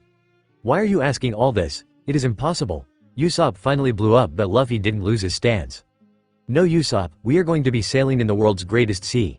Things like those are never impossible, they are essential instead. Luffy said with a glare that dared anyone to keep talking back. Then how are we going to learn how to do it all? Kaya showed to be the more mature and calm about new developments. I am glad you were the one to ask, Kaya, because I need to offer something to you first. Luffy said before leaving the deck for something, and it didn't take long for him to return with a chest. Opening it, everyone was in awe that it was another fruit. Is that an Akuma no Mi? Alvida said, the one other than Luffy as the devil fruit users on the King's Gourd. Yes, and among all of them, this fruit is one of the few that are the most sought out because of its power. But I need you to eat it, Kaya. Luffy said, and Kaya tenderly took it out and into her hands. She raised her eyebrow about all this and followed Luffy's silent request to eat it. She immediately spat out, as if she was eating something poisonous and knew from the moment it touched all the taste buds on her tongue. Now what, Captain? Kaya asked as she just about removed the awful fruit out of her mouth. What she didn't expect was Luffy taking out her katana and slicing her arm off. Luffy, what the hell are you doing? Usopp nearly charged at Luffy, with the aim of striking back on mine, but not before Luffy grabbed Kaya's severed arm and placing it back on. Kaya stumbled back only to discover that she could move her arm again, and after a few more seconds, that cut all but disappeared. Sorry about that sudden surprise, but it was necessary for you to eat the fruit, and I need to show you why. Luffy said sheepishly at Kaya while helping her back on her feet. A glare from her and Nami had beat Usopp's outburst by a few miles, and Luffy laughed nervously at it. You better start explaining, Luffy-kun. Right, Luffy said almost like a kicked puppy as he took out a book from his robe. Here, read page 23. When Nami opened the page, she read. The Zenu no Mi are the heal fruit. At default, will allow the user to gain an accelerated healing factor in which all minors take seconds while severed limbs need some more time. It will need training to reach its full potential, however. Once the user does, he or she can heal from near-death injuries and even fatal illnesses. That explained a lot, and the crew looked to their captain, who had been smiling the whole time. Touché, Luffy. Usopp said, looking a little down for worrying about nothing and doubting the actions of his captain. So, Zoro said to break the silence. When do we start out real training to gain the other skills, Luffy? That somehow got everyone ready to learn as well, and instead, they just got Luffy to change his smile into a smirk which nearly intimated them. And when Kuro was taken in the ship, bound for good measure and will be out for a while, the Black Cat pirates were banished from the island for good. Usopp asked of the children trio, Kaya and Luffy's crew, to keep this a secret. He said that even though he had saved the village, no one will ever believe him and think all this is just another lie. His Usopp pirates agreed and went home and acted like they were just out playing in the dirt a lot early because they felt like it. But Kaya had other plans. She felt like even though she knew that Usopp wasn't lying, she still needed to look after the one boy she liked the most in the world, and vice versa. She wanted not just to listen to stories but to be there when Usopp actually lived them out. Mary, one of Kaya's actual butlers that was supposedly killed off when Kuro crushed Kaya's new glasses and unleashed his contained bloodlust, even gave them what they were looking for. A new but smaller ship. It was about half the size of the King's Gourd with a simple design, but what really stood out was a forehead that was a goat's head. Mary said that he had constructed the ship and named it the Going Merry after himself. Come on everyone. I have a few things to share with you since it will still be a while before we arrive in the Grand Line. Luffy shouted from the deck and everyone heard it from their rooms, getting adjusted to a new crew member and a second, smaller ship in tow. When everyone came around, Luffy started to walk in back and forth in a line before setting his sights on Alvida, technically his first crew member. Alvida, can you escape smoke? Can you shatter boulders? Can you use your powers to slide across water? Luffy started to talk really weird, and Alvida just silently shook her head and watched her captain turn to Zoro. Zoro, can you cut iron, cut steel, slice from a distance, cut an entire ship in half? Hell no. Nami, can predict weather up to extent of hours rather than minutes? Can you dodge thunderbolts and bullets? Can you use lightning like a hammer? No, Kaya. Can you fix cuts and bruises in seconds? Heal broken bones and illnesses in minutes? Attach severed limbs on the fly and in the midst of battle? Of course not, Luffy-san. And you Usopp, can you hit a moving target miles away? Can you use your arms to send a projectile through barriers and shields? Can you tell what to use for what target while in battle? Why are you asking all this? It is impossible. Usopp finally blew up, but Luffy didn't lose his stance. No, Usopp, we are going to be sailing in the world's greatest sea. Things like those are never impossible, they are essential instead. Luffy said with a glare that dared anyone to keep talking back. Then how are we going to learn how to do it all? Kaya showed to be the more mature and calm about new developments. I am glad you were the one to ask Kaya because I need to offer something to you first. Luffy said before leaving the deck for something, and it didn't take long for him to return with a chest. Opening it, everyone was in awe that it was another fruit. Is that an Akuma no Mi? Alvida said, the one other than Luffy as the devil fruit users on the King's Gourd. Yes, and among all of them, this fruit is one of the few that are the most sought out because of its power. But I need you to eat it, Kaya. Luffy said, and Kaya tenderly took it out and into her hands. She raised her eyebrow about all this and followed Luffy's silent request to eat it. She immediately spat out, as if she was eating something poisonous and knew from the moment it touched all the taste buds on her tongue. Now what, Captain? Kaya asked as she just about removed the awful fruit out of her mouth. What she didn't expect was Luffy taking out her katana and slicing her arm off. Luffy, what the hell are you doing? Usopp nearly charged at Luffy, with the aim of striking back on mine, but not before Luffy grabbed Kaya's severed arm and placing it back on. Kaya stumbled back only to discover that she could move her arm again, and after a few more seconds, that cut all but disappeared. Sorry about that sudden surprise, but it was necessary for you to eat the fruit and I need to show you why. Luffy said sheepishly at Kaya while helping her back on her feet. A glare from her and Nami had beat Usopp's outburst by a few miles and Luffy laughed nervously at it. You better start explaining, Luffy-kun. Right, Luffy said almost like a kicked puppy as he took out a book from his robe. Here, read page 23. When Nami opened the page, she read.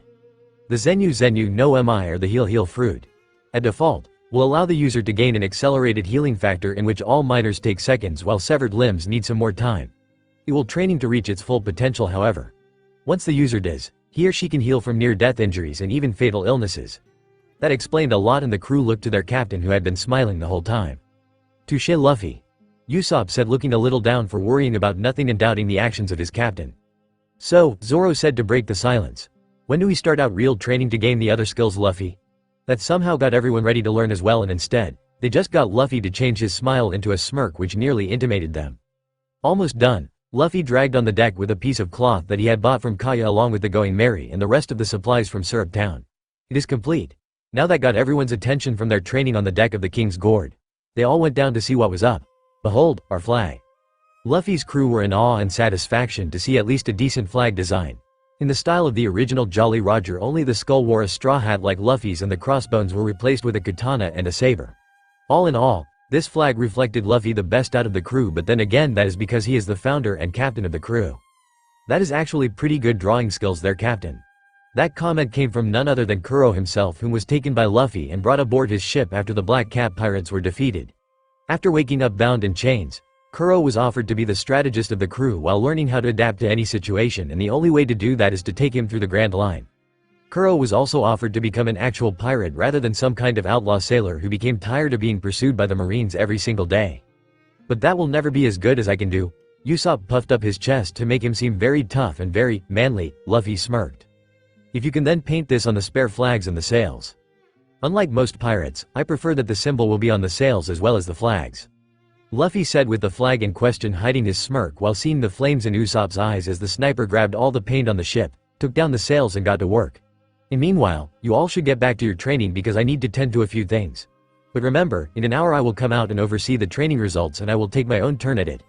Luffy hid his smirk once again from behind the flag to see the pale faces of his remaining crew members. Seeing them hurry back to some activity that involved one to wear a blindfold while their partner will take a wooden sword and attempt to hit them while the former to dodge. It was a harsh practice since everything hurts twofold if we can't see it coming to happen to us. But after a week since Syrup Village, results were good and everyone had noticed that they could feel the wooden sword coming with enough time to dodge. And yet this day was more than for training but for a little walk down memory lane. Nami had one of the earliest memory of what she was learning, Haki. Haki, or as Luffy explained, weaponized will or ambition. Luffy called it the user's spirit, adding it in battle, and Haki Kanger or create an invisible suit of armor or both if trained together. And yet that is all the basics compared to what Luffy has been doing since that day in a settlement named Orange Town. Flashback begins. Nami had just gotten her hands on yet another large sack of berries and gold, easily 5 million.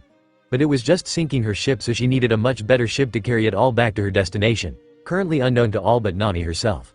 She had spotted a much bigger ship that was more like a patrol boat compared to the dingy she had to compromise with, and on board were 3 pirate grunts.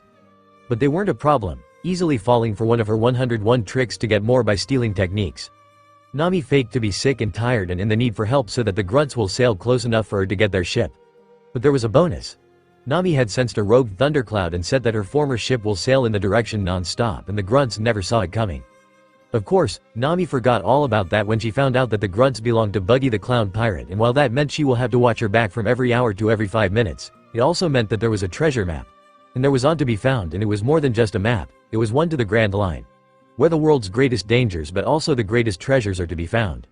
Nami just loves treasure, but she is not stupid enough to try the Grand Line all by herself and in a patrol boat, so she put such thoughts aside and continued to look for treasure.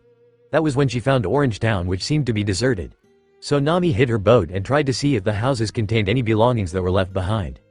Instead, she was found by a trio of freaks that seemed to be from a freak circus that fired them because they were too freaky even for them.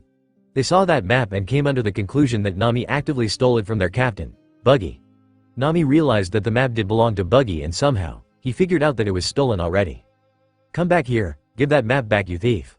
And so, the trio of freaks chased after Nami throughout Orange Town while the girl in question was trying to either outrun them or lose them. But as they were gaining on her, someone landed between Nami and her pursuers. Stupid bird. They all heard the gruff tone of a young man having a bad day, but they were expecting the sounds of bones breaking and screaming in pain. Instead, Nami saw a boy just a year younger than her rise up to show that he was lean but very well built. It made her blush at the sight. Also, that wild raven hair and outfit made him look like a very wild man indeed, and that only made Nami blush more with the thoughts of the times that she can be with this wild hunk, interrupting my nap only to decide over this town that I didn't taste good. How insulting. That was then that Nami had finally thought of a plan. "Boss." Nami tried to have an excited and straight face, but she only embarrassed herself by calling this hunk in front of her eyes as boss. Girls only call boys around their age boss when they want to be dominated by them, and that includes the sexual, but that wasn't what Nami had in mind right now. "You have come to save me, thank you. I will leave those 3 jerks to you." The boy was confused but didn't seem to notice that the 3 freaks had decided to change targets between Nami and this boy that fell from the sky. "So you're that bitch's boss, huh? Too bad for you. We're asked of the great pirate Buggy, and thus we can kill you." They then started to laugh as they raised their weapons on the boy without realizing that there was bloodlust in the air as soon as they started to talk. But before they can even touch the boy, they heard a very sharp sound, sort of like a asterisk clink. The sound when a sword is placed back into its scabbard. But before they could respond to that, they blacked out and fell to the ground in a similar way to that of a boar shot down. Jerks. "Wow. You are strong and handsome, handsome." The boy turned to see Nami, who was sitting on a rooftop of one of the vacant houses. "I can really use someone like you. We will make a fortune."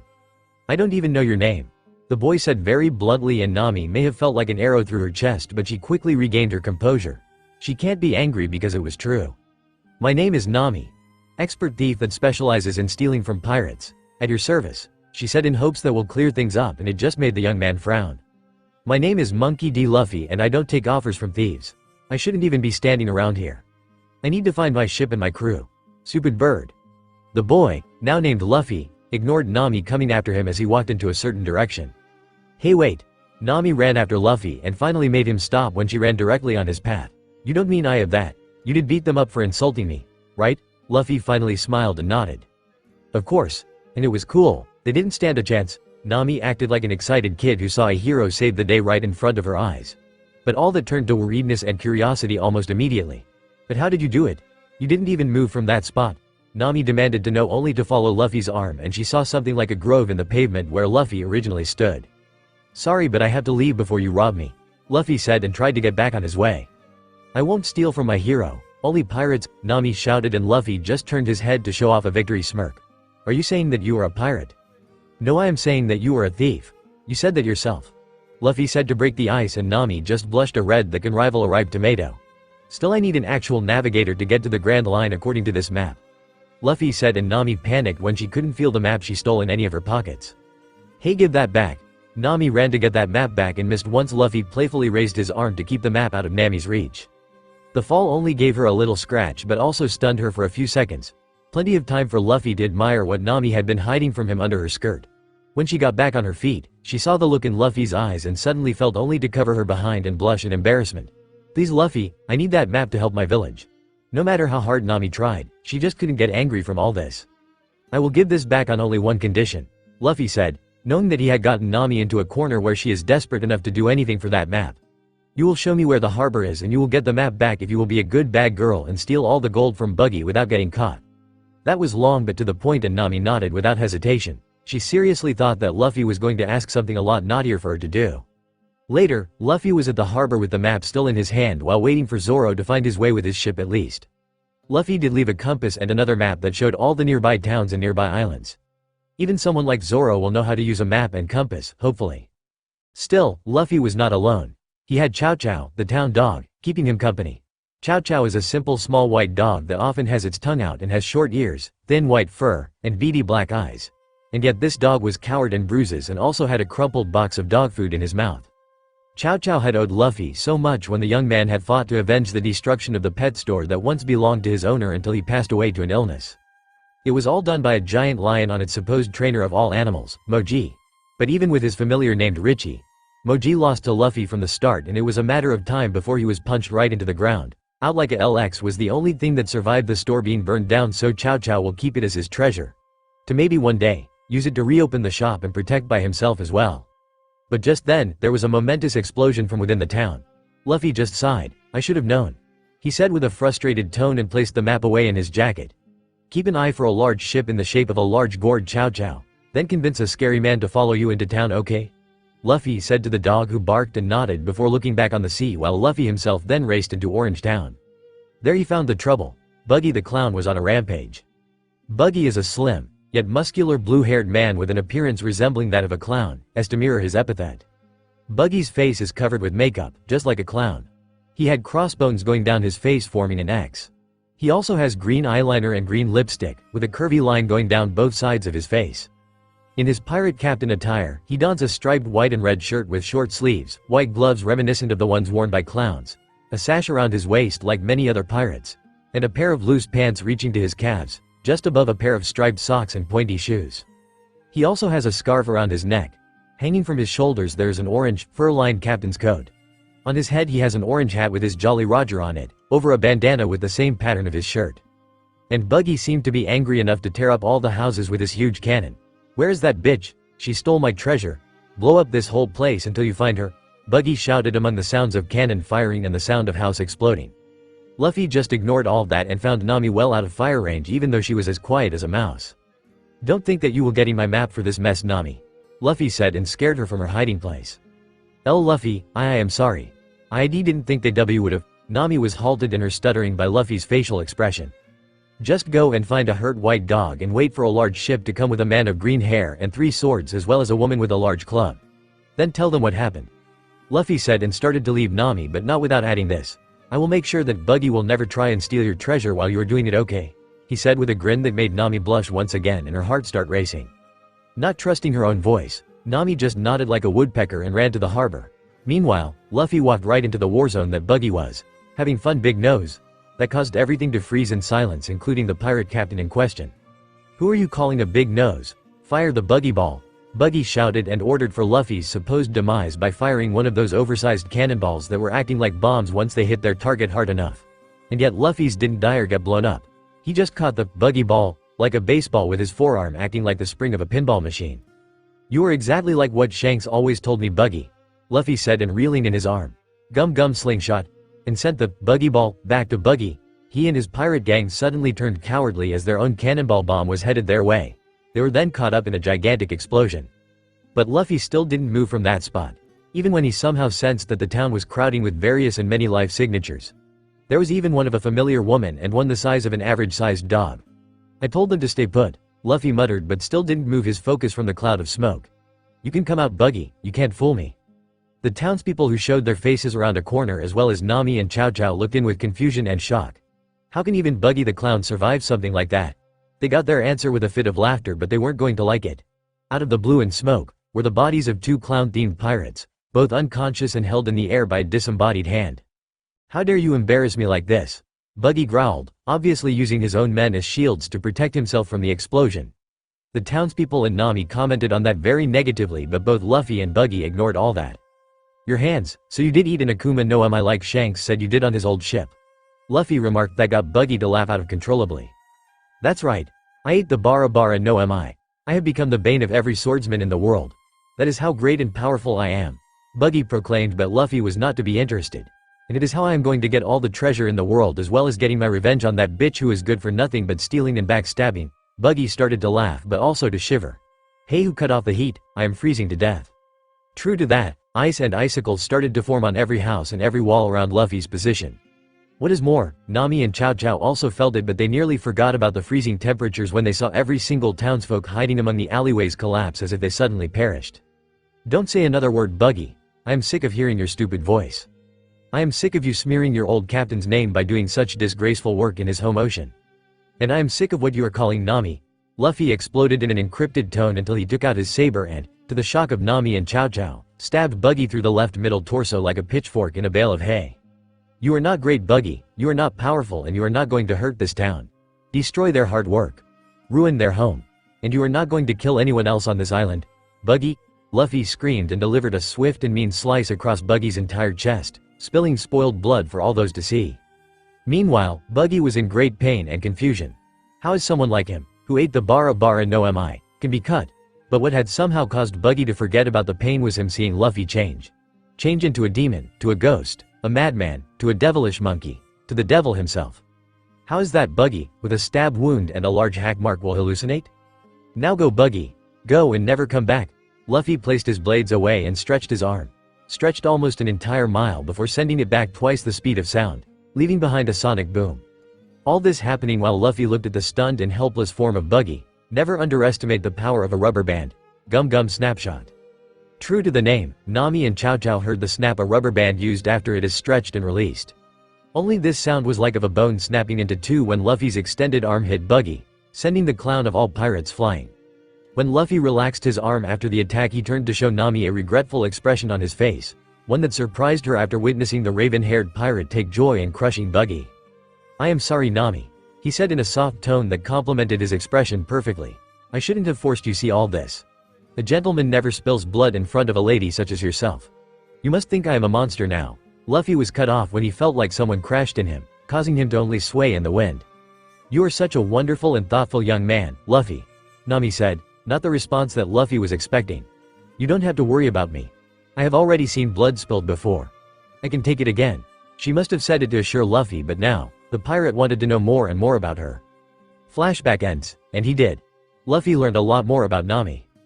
And over the course from Orange Town to Syrup Village, the two had found themselves in a relationship. Still, Nami didn't get any private training in hockey. Luffy never wanted to play favorites Eve. He was just lucky that Nami won't have it any other way, and so far, she had gotten a good distance in the basics and she could just barely sense when Luffy comes in when she is taking a shower after training. It was not much, but anything is always more than nothing. And he did. Luffy learned a lot more about Nami, and over the course from Orange Town to Syrup Village, the two had found themselves in a relationship. Still, Nami didn't get any private training in hockey. Luffy never wanted to play favorites even with his girlfriend. He was just lucky that Nami won't have it any other way, and so far, she had gotten a good distance in the basics and she could just barely sense when Luffy comes in when she is taking a shower after training. It was not much, but anything is always more than nothing. After all, Luffy's crew still has a lot to learn about how vast the world is. Big brothers. That was one way to start the morning, with a voice of discovery. If only everyone appreciated that. "Stop calling us brothers," Nami snapped on hers, Kaya's and Alvida's behalfs. "I can't believe that Captain let those two idiots lead the way. Ah well, it was since we saved one of them, of course." Alvida muttered and went back to her training, strengthening her body to handle large shifts with massive weights, for her fighting style with her club. Nami couldn't argue with that last sentence though. Johnny and Yosaku were fellow bounty hunters that knew Zoro and vice versa all the way back when Zoro was merely a bounty hunter himself with the nickname, Pirate Hunter. How they met Luffy and the gang was after Usopp had finished painting the spare flags and sails with Luffy's style of the Jolly Roger. The Going Merry, the scout ship of the King's Gourd and placed in a special compartment for any future use, had a single cannon compared to the 5 ones stored in the larger ship. Luffy was trying to make sure that the sole cannon on the Going Merry was working right. Usopp heard the racket Luffy was making and decided to give it a go, but never specified his chosen target, which was a large rock in the sea. Instead of getting praise for it, Luffy berated Usopp for being so careless. He said that he didn't want to aim at the rock because he claimed to have felt 2 life forces on the other side. And attacking on their own deck was one of the said life forces. Revealed to be an average-sized man with somewhat tanned skin. He is always seen wearing a pair of sunglasses and has a black tattoo on his left cheek that reads the kanji for sea. Johnny has short, black hair and is usually seen carrying his sword. His eyebrows always seem to be pointing down to make a scowl. even when he was smiling to see Zoro show himself on the deck. Yosaku was supposed to be dying, since he collapsed all of a sudden, and that attack on their only ship didn't help. Luffy said that Yosaku just had the common ailment called scurvy that can be cured.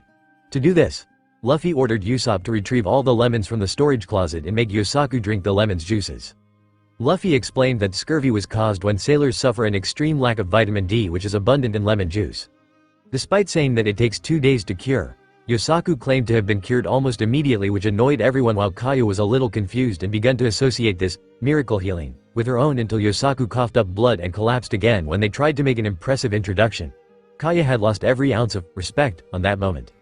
Still, Johnny wanted to make up for all this trouble by telling them where they can get a cook that can adapt to sailing, and also where the man that Zoro hopes to find and defeat to achieve his dream, and currently. There it is, the floating restaurant open to any type of sailor as long as they have money. Johnny pointed out, and the pirates were surprised to see something kind of building that was indeed floating in the sea but looked like something of fish with a fish head on one side while a fin on the exact opposite side. That is where Hawkeye's usually goes to. The bounty hunter added much to the excitement of Zoro, while they both ignored Luffy's strange sneer to that sentence, which is what the pirate captain always did to that piece of info. Well, at least it is a restaurant, Johnny, and those are the best places to find a chef. And we need one before the Grand Line, Luffy said while glaring at the two of them, in an effort to get their minds back on track. And that helped, a little, until they ran into someone first. He was a marine lieutenant that was named Iron Fist, full body by the knuckle duster on his right hand. He looked like the real thing, and since the King's Gourd had a pirate's flag, it meant that full body had to take them down as a marine. But Luffy didn't quite respect that because of the aura of arrogance, and that full body was only acting so cool to impress the woman on his ship. Like a ladies' man. Sink it, full body said, and when one of the sailors obeyed and shot a cannonball into the direction of the King's Gourd, everyone there had the shock of their lifetime at the first one.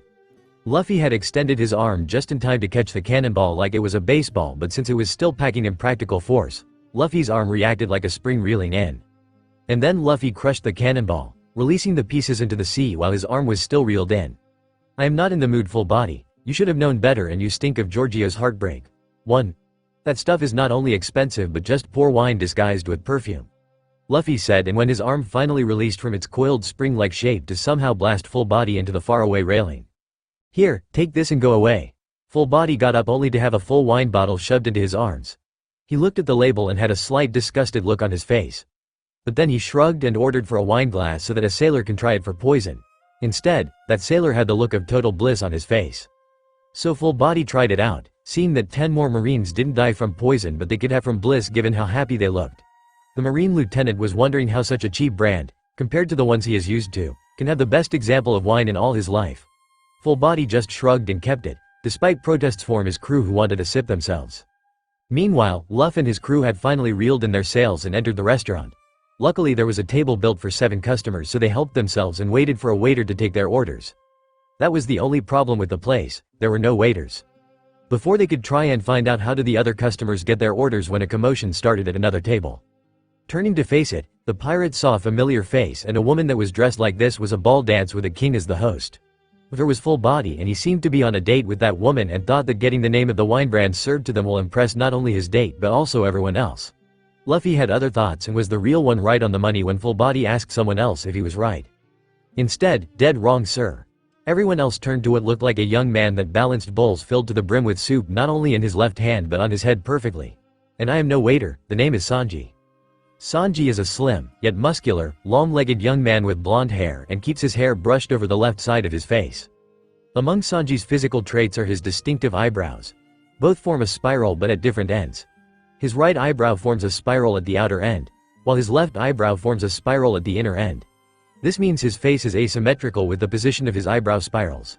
This, however, is not fully seen due to his hairstyle. Sanji is wearing a black double-breasted suit with a tie and a long-sleeved, buttoned shirt with pinstripes. That blunt statement had caused everyone to laugh at full body, who was embarrassed with himself and silently wondered why he got it wrong. In his thoughts, it was revealed that he asked for the brand he proclaimed and thought that was the one he drank. That was the sure old body wanted to get even by planting a fake bug in his soup to get back at Sanji, but instead, the young man only caused the plan to backfire. That and Sanji flirting with his date had finally caused full body to snap and break the table in half. Then full body had tried to get aggressive with Sanji in retaliation for having his date ruined and himself humiliated, but he severely underestimated Sanji. In no time at all, full body was covered in blood and dangled from Sanji's hand. The only thing about the blonde man that was stained with blood itself. Sanji then coldly talked full body down about how he dared to waste food in front of a sea chef. "Hey waiter." Sanji turned with a sigh to see Luffy giving him his direct attention. "You better clean that up or you can get arrested for assaulting a high-ranking marine. They hate that you know," Luffy said with a smirk, and everyone got the nigh irresistible urge to do the same. "And you can forget about getting a date with that guy's girl, she is scared out of her wits. And you said that you love women." Luffy suddenly gotten serious and everyone felt something that made them want to avoid Sanji. Then Luffy got up from his seat into the blood pool where he started to lift full body to his feet. And in a mere instant, a couple of marine sailors appeared. "Good timing, now get your boss and his girl out of here." "Why don't you do it?" one of the customers shouted like they thought Luffy was being lazy. "Because I am a pirate. Think before you speak and please spare this poor guy's bad day from getting worse," Luffy said in an honest tone that no one had ever found the strength or words to retort with. "Hey, you had no right to barge in and scold me. You're just another pirate here," Sanji yelled with a bored look but somehow had the shivers by seeing the look in Luffy's eye. "You say you're a chef when you deliver other people's food, that you never made Sanji," Luffy said, and somehow, that got everyone else's attention. "You call yourself a chef, so where's your hat, your apron? You look nothing like a chef but a waiter, so sue all of us." Giggling and snickering was to be heard and Sanji was starting to blush in embarrassment. "And what kind of chef smokes? You need that tongue still sharp to taste food, right? Not only are you flirt, a liar, but also a waiter that has as much taste as last week's hamburger. Just look at yourself and you will see what I mean." Now the whole place was filled with laughter and Sanji was shaking, like he was going to explode, until another voice was heard among the laughter. "That is a good head on your shoulders, kid. I never saw anyone talk down Sanji like that before, and I had him for over half his life." That voice was like a man too, but much older and gruffer, much like an elderly or experienced man. "The name is Zeph, by the way." Zeph is an elderly looking man who still retains his blonde colored hair, which he keeps underneath his extra long chef's hat. His mustache is considerably long, and complete with a beard. He wore his chef's uniform, with a blue ascot, and white apron. Also, he has a peg leg and he seems to have no trouble walking with it. "Nice name and you smell of experience. I am scared to ask how you lost your leg as well," Luffy said with words that can be passed off as a joke, but Zeph smiles, seeing that the boy was serious. "I am afraid that I don't have the time to tell you my story, just to pick up my idiotic and loud-mouthed son," Zeph said, and he did, in a very rough way, as he ignored Sanji's protesting and dragged him away as if Sanji was suddenly a bag of potatoes. Meanwhile, Luffy relaxed back into his seat and started to eat along with his crew, who knew better not to piss Luffy off by eating before him. When they finished their food and were planning to pay the bill as well as see if they can recruit a chef into the crew, something else happened and it was bound to be interesting. The crew of pirates learned that while they were eating, there was another customer that appeared. One that hadn't eaten in 5 days but had no money, so he was kicked out and denied of food. That man happened to be Jin, the man-demon, from the Krieg pirates, named after their captain, who had an unhealthy reputation for cowardly and dirty tactics a sailor can ever think of. The reason they were getting nervous was that Sanji had secretly fed Jin, and that convinced the man-demon to consider this restaurant to the rest of the Krieg pirates. The chefs were all in an outrage that Sanji not only fed an unpaying customer but also unleashed the Krieg pirates on the Baratie. While most of the crew were worrying about this, Luffy had gotten an interest in Sanji's selflessness and thoughtfulness, so the captain might consider recruiting the latter as the cook. While Luffy's crew had their own thoughts about this decision, the discussion was put to a side when the customers looked to see a ship with a Jolly Roger that had an hourglass on both sides. One of them said it was the sign of the Krieg pirates, as it means that once anyone saw the flag, their time on Earth is over. However, they forgot about panicking at the flag to notice that the ship itself was a wreck. It had the signs of a storm wrecking it, but Luffy was the only one to notice that there were also signs of intense battles as well. Just what could happen that involved a storm and a battle at the same time? Ocean battles are the worst, but a storm at sea will never make things easier. Meanwhile, Jin came in with a man that was much bigger than he is and was wearing a regal attire consisting of a fur-lined coat over a yellow vest with black spots like motifs. Around his thick neck there is a big golden chain. He also was wearing light purple pants and black shoes. Krieg had begged and bowed for food, something that caused the customers and Jin himself to be shocked at, and the chefs to shamelessly mock Krieg for. But once again, it was Sanji's cue, and he arrived with a plate of food and something to drink while delivering a kick to one of the main chefs, who was still laughing at Krieg. But the other chefs were quick to try and stop Sanji while also trying to destroy the food before it reaches Krieg. But they never counted on Luffy expertly catching the dish while not even wasting a crumb. "Thank you. The food was just fine, but you need a better taste in wine, Sanji," Luffy said while shattering the bottle that Sanji initially had on one of the chef's head. When some of the droplet got into his mouth, that same chef said that it was terrible. "Here. Try it now." Luffy then placed the plate of food and a wine bottle of his own right where even a man starving to death like Krieg can reach easily. And he did, counting it down like a frantic and greedy pig. And while he was at it, he chugged the wine bottle until it ran dry. The chefs protested and questioned Luffy's sanity, but they couldn't even scream when they saw and felt something out of nightmare. You call yourselves cooks, and what is worst, you call yourself sea cooks. I thought your duty was to feed those who are starving to death. Are you that foolish and cowardly to let someone die of starvation to sleep better at night? Before anyone could answer, Krieg emerged from the floor and stood up with a mighty roar. Just like when a bear awakens from hibernation. That food was delicious. I feel that my strength is returning. Thank you, boy with a straw hat. Luffy tipped his spoken hat as one of the manners he learned from back home. Now then, I ask of you all to make food for my crew. Once Krieg made that announcement, everyone started to protest. As if that was the same as being told to jump ship and die or something. The chefs all refused. They all claimed that if they do feed Krieg's crew then they doom the ship. Sanji, of course, ignored them and tried to get to the kitchen to start cooking, but the other chefs had suddenly surrounded him and pointed their pistols at Sanji, threatening to kill him. But all of a sudden, the cooks all but fell to the floor. They started to complain about how numb they started, that they can't find the strength to stay on their legs. One of the many things I learned from a friend who is a sailor in the Grand Line is this. Guns and rifles are only used for threats when they handled by cowards. Real men use them for actions instead of words. Huh? Krieg started to howler at the sight. You're alright, kid. Too bad that I can't have someone young like you on my ship. Then Luffy saw that Krieg was going to change his tone and signaled for his crew to duck. Something that the pirates had learned to obey without question. But then again, I hate ISOLENCE. Krieg then shredded his regal look to reveal golden wood steel armor, which is fur-lined like the rest of his attire. Consisting of a chest plate, shoulder guards, and elbow guards. His Jolly Roger is painted on the shoulder guards. Under those, he has a brown shirt, and his hands are covered by a pair of fur-lined gloves. But everyone soon ignored all that once Krieg pulled out a pair of double-tubed pistols and some more under his golden armor and shoot at the downed chefs point blank. Shouts of unfairness and disbelief were soon heard throughout the entire restaurant.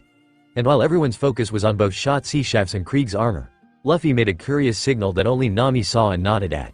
She even gave Luffy a quick kiss on the cheek before sneaking past everyone and through the front exit. And just then, a large white sack fell on the ground right in front of Krieg. And on the other side to him was Zeph. Here, enough food for even 100 sailors. Now take it and get out of here. Things look good. Krieg will take what he really wanted, and with nothing left to deal with the restaurant, he will be on his way. That is until one of the loudmouth chefs had to ruin it.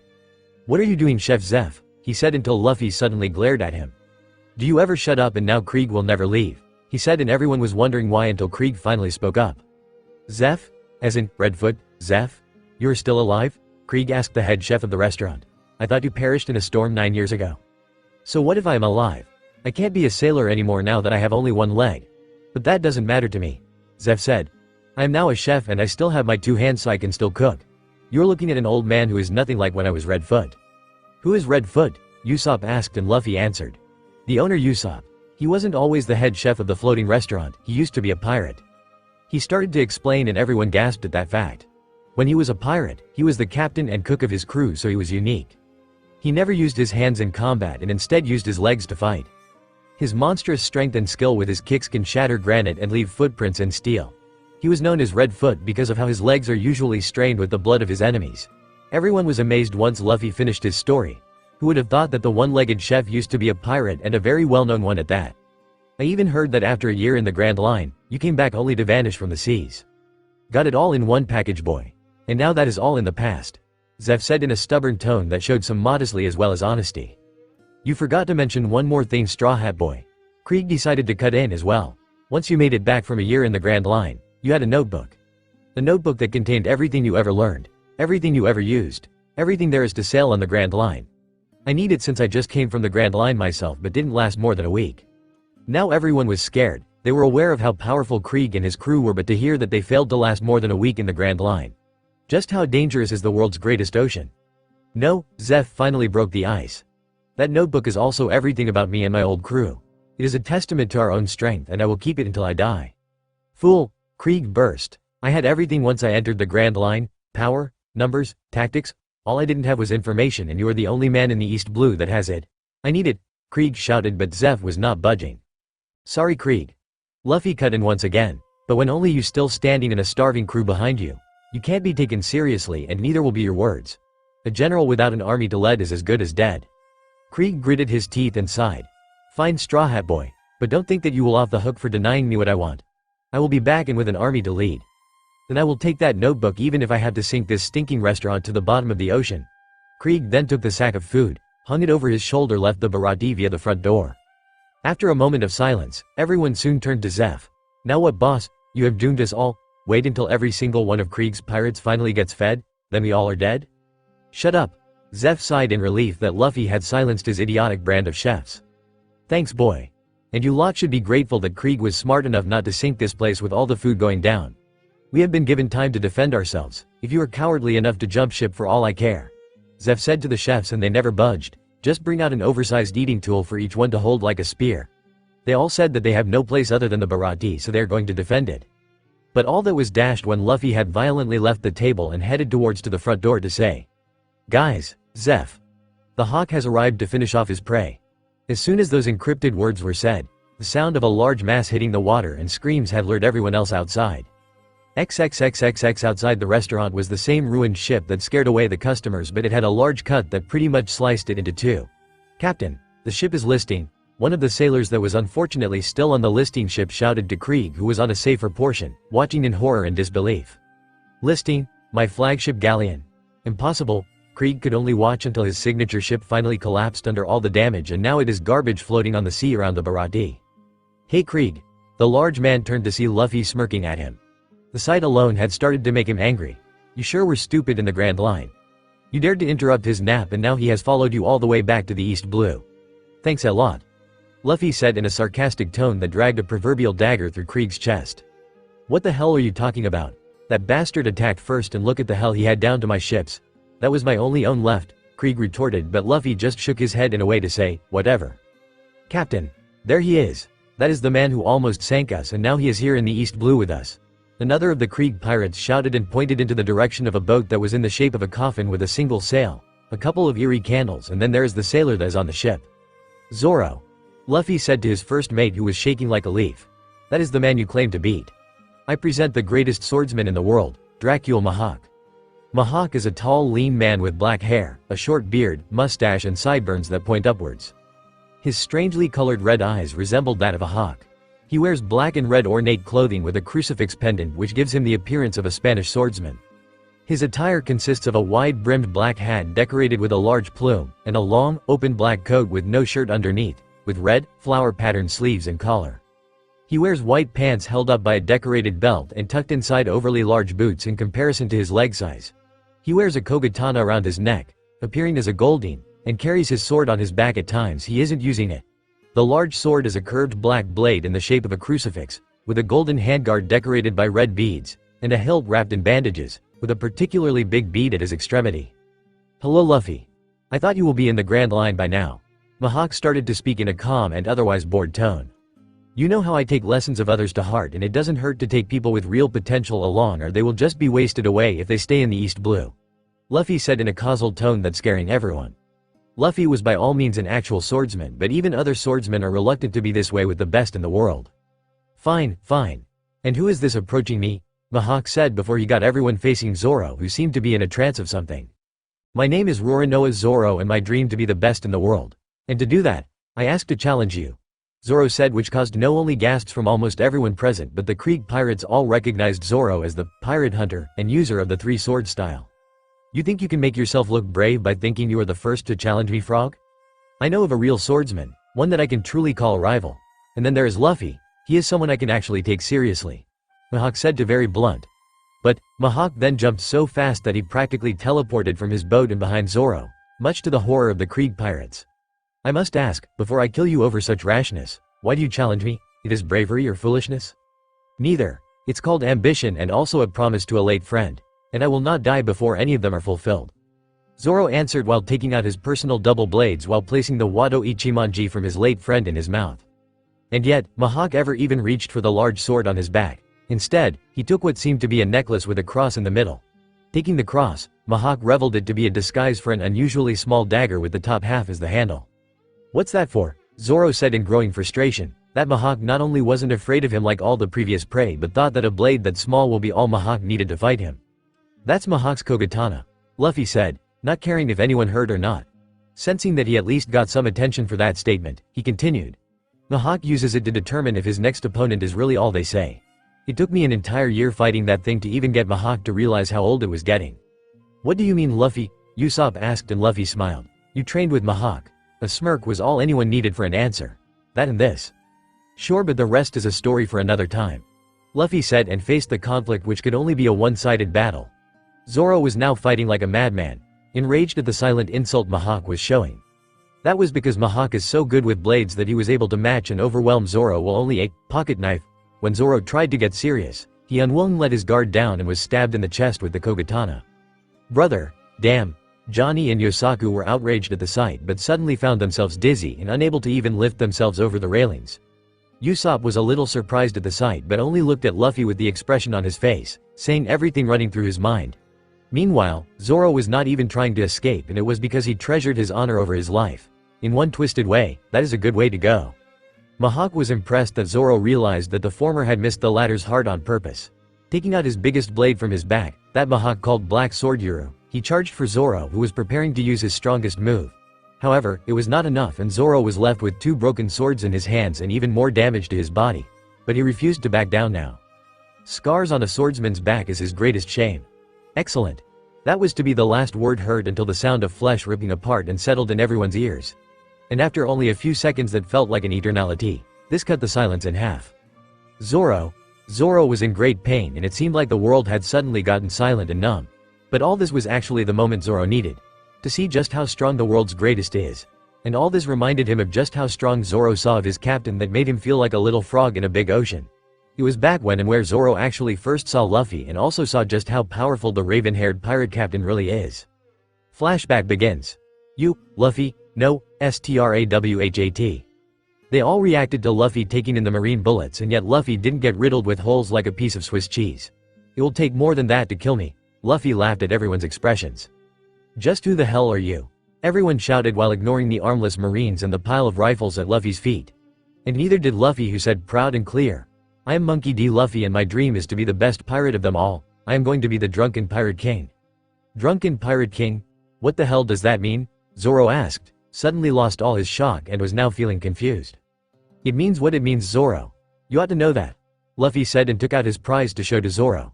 You didn't say which sword was yours, so I took them all. Are any of these your sword? They all are. I practice 3 sword style and those are my treasures. Zoro answered, and Luffy nodded. I know that I promised to get your swords, but you can still refuse and die here, or you can live as their enemy. Luffy said while directing the attention to the Navy, who were frozen in shock from all this. You are a real demon. You know that, right? Zoro said, and not caring if he got an answer or not. Oh, I have nothing to lose most anyways. I will do it. I will be a pirate. Then here you go and hurry it up, they are already here. Luffy just extended the 3 swords and showed that the Navy had decided to abandon firearms in favor of swords. Zoro was wondering why Luffy hadn't untied the ropes until old reflexes and kicked in. The ropes were already untied. Zoro didn't care for it anymore and used his 3 swords to block every single blade that was aiming for his neck. Kobe and Alvida were both in shock and awe at the sight while Luffy chuckled. There. I have fought the Navy, so I am an outlaw.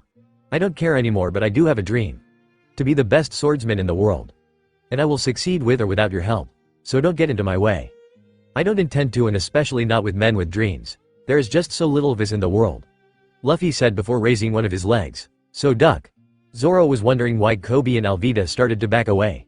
Gomu Gomu no Muchi. Zoro suddenly felt like dropping down, and just in time to avoid Luffy's extended leg, wiping out every marine literally on his back. Just what the hell are you? Zoro managed to shout despite having his Wado Ichimonji still in his mouth. I am a man with many talents and with many powers, Zoro. And I am also the only captain in the world who can kill his crew if they rebel, so don't think about it. Luffy answered with a grin that sent a slight shiver down his spine. Enough. You cowards can't do anything right. I will give you my last order. To all who are of no use to me. The voice of Morgan had settled in everyone's ears once again.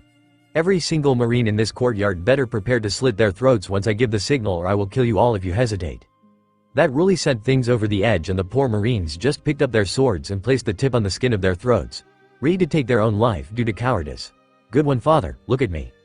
Luffy and Zoro turned to seg them, but only made Morgan indifferent. There was Helmeppo in all his own cowardly glory, but he was having a couple of hostages, Kobe and Alvida.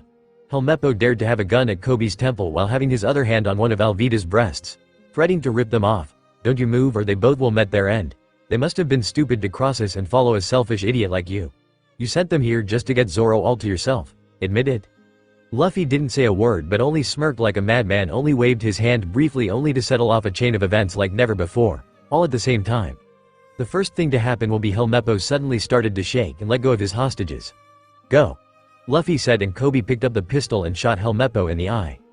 Now you will never look at the world like you just looked at us and the Marines, Helmeppo. I will be sure of it, Kobe shouted with confidence and bravery that appeared out of nowhere while Helmeppo just struggled with a bleeding right eye. That is until he was knocked out by the bare side of a spiked club by Alvida, who put her hand on Kobe's shoulder with a look of new respect. The second thing that happened was all the swords the Marines were holding had all rusted in mere seconds and lost their edge that they can't even scratch bare human skin. The blades then shattered and crumbled off the handles and onto the ground, completely useless and harmless. And the final thing to happen started with a scream from Morgan. Everyone saw to their disgust that Morgan's metal lower jaw had suddenly started to fall as the surrounding skin and tissue had dissolved completely. Morgan couldn't even speak while trying to stop the bleeding at his mouth and could only grumble and mumble in anger. But he couldn't even get up for some reason, and he couldn't even give orders to his Marines who had appeared before him. He mumbled something like he was trying to call out to them but saw that the Marines were no longer afraid of him. They were angry at him, they started down with hateful looks and with their rifles back in hand. Morgan couldn't lift his axe hand or even scream to save his life while the courtyard was filled with gunfire. This went on for 1 single minute with 5 rounds a second given how low-tech the rifles were. Once the gunfire finally left the air for the remainder of that day, there was only a smoking carcass that had a metal lower jaw and an axe for a right hand. Morgan was done in by the very Marines that feared and thus, secretly hated him. And that will why the life of a captain is always about waiting for the crew to kill you for any reason they find suitable to do so. But Luffy will be a different captain. His crew will fear him but not in the way Morgan had done. They will fear him for his power to protect them and deal with their enemies rather than abuse and cruel treatment to them from the captain, Luffy himself. Will you really kill us, Captain? Because you can. I will do what everyone thinks is right and you can't deny it. If I need to kill, it will not be you. It will be the evil that dared to use like puppets. And puppets are only freed once the strings are cut. Luffy answered, and I try to cut them until I give up. And I will never give up, not until the end. Zoro never forgot those words that day and he never will. Flashback ends. You were right, Captain. I am not ready to complete my dream. I really am weak compared to the best of the best. Zoro thought as he laid there in his own blood. But I will not give up from here, not until the end. XXXXX. Meanwhile, at the same time as Zoro was sliced terribly. Zoro, Luffy yelled, and as he roared, the grunts of Krieg's crew all fainted while still floating in the water. The other chefs also fell to the might of the strange energy that filled the area with a mile-long radius the least. That will explain all the fish and sharks floating to the surface while foaming at the mouth. Ignoring all that, Luffy still charged at Mihawk, who still had his giant black blade out. When Mihawk tried to block Luffy's attack, it failed and Luffy was suddenly on the other side of Mihawk, and only a few seconds afterwards, a gash on Mihawk's cheek had appeared. What? That kid landed a cut on the world's greatest swordsman. What is going on, Chef Zeph? I have no damn idea, turnips. I never seen this happen before and I never thought I will live to see Mihawk actually getting cut before.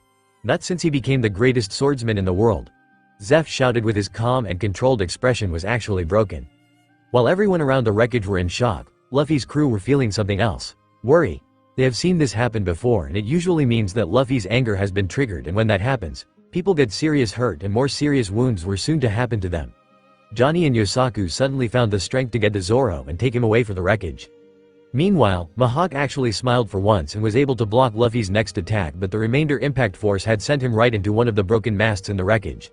No matter how hard Mihawk had tried to push Luffy off of him, the latter had a firm pressing hold on the former, even when he used his remaining hand to grab his saber as he had his katana out first as a habit. I am not the same as you last saw me, Mihawk, and now you have finally gave me enough reason to show you what I can really do without limits. Luffy said with a voice that only his opponent heard. And I told you that once a mold breaker, always one. Mihawk knew what Luffy saying and gave one last push with some extra strength than usual in order to try and get some space, but once he did, there was an incredible pain in his shoulder. Luffy had somehow landed a direct hit even on someone as evasive and fast as Mihawk. You truly have grown, so let's see this power that you never used in our matches in days long ago. Mihawk shouted before the two titans with a sword went at it again. Every blow that was matched had caused something no more or less of an explosion. The sound and impact had shattered the battlefield of broken ship wood, even rose and affected the nearby Barati. Windows shattered, the sea shook all around. It was like a true battle between titans on the face of the earth. Everyone found it hard to follow the patterns and movements of the blades or the swordsmen using them, but they saw that they were pretty much even, giving each other the equal amount of cuts and bruises. But someone didn't appreciate the honor and dignity to leave this duel the way it is. Krieg. Luffy said in a deadpan tone that Mihawk had matched. The situation has turned sour by the large man. I thought you would have fled by now. I am Don Krieg. I will not be seen as a coward by fleeing from who dares try to follow me. Krieg, there is a thin line between bravery and foolishness. But no one will notice the character of coward on your list of bad features. It is just under dishonest, cruel, vile, and finally, pathetic. Pathetic. Why you? Krieg tried to charge for Luffy but was intercepted by a slash that had left a mark on the piece of wood both they were standing. Hey, that's my ship. Was you ship Krieg, and if you are the cunning, backstabbing and scheming cheater you are, you will know not to cross that line. Luffy said before making his way with his saber in hand while his katana back in its scabbard. Like a little boy with a straw hat is going to scare me. Now Krieg, of course, never listened more out of pride and indeed foolish bravery and crossed the line anyway. But once he set his first foot on the other side, he kneed down in unknown pain that caused him to choke in blood. Krieg tried to speak but the blood clogging up his throat and mouth made it nigh impossible. The strength throughout his entire body had left in an instant, like when Krieg was on the brink of starvation. What the hell is this? I never felt so much pain in my bones. Am I trying to keep in lava? Krieg thought until he heard the very last voice he ever wanted to. Do you remember that bottle of wine I gave you when you first arrived at the Baratie? Luffy said. I wasn't lying. I made that wine in that bottle myself.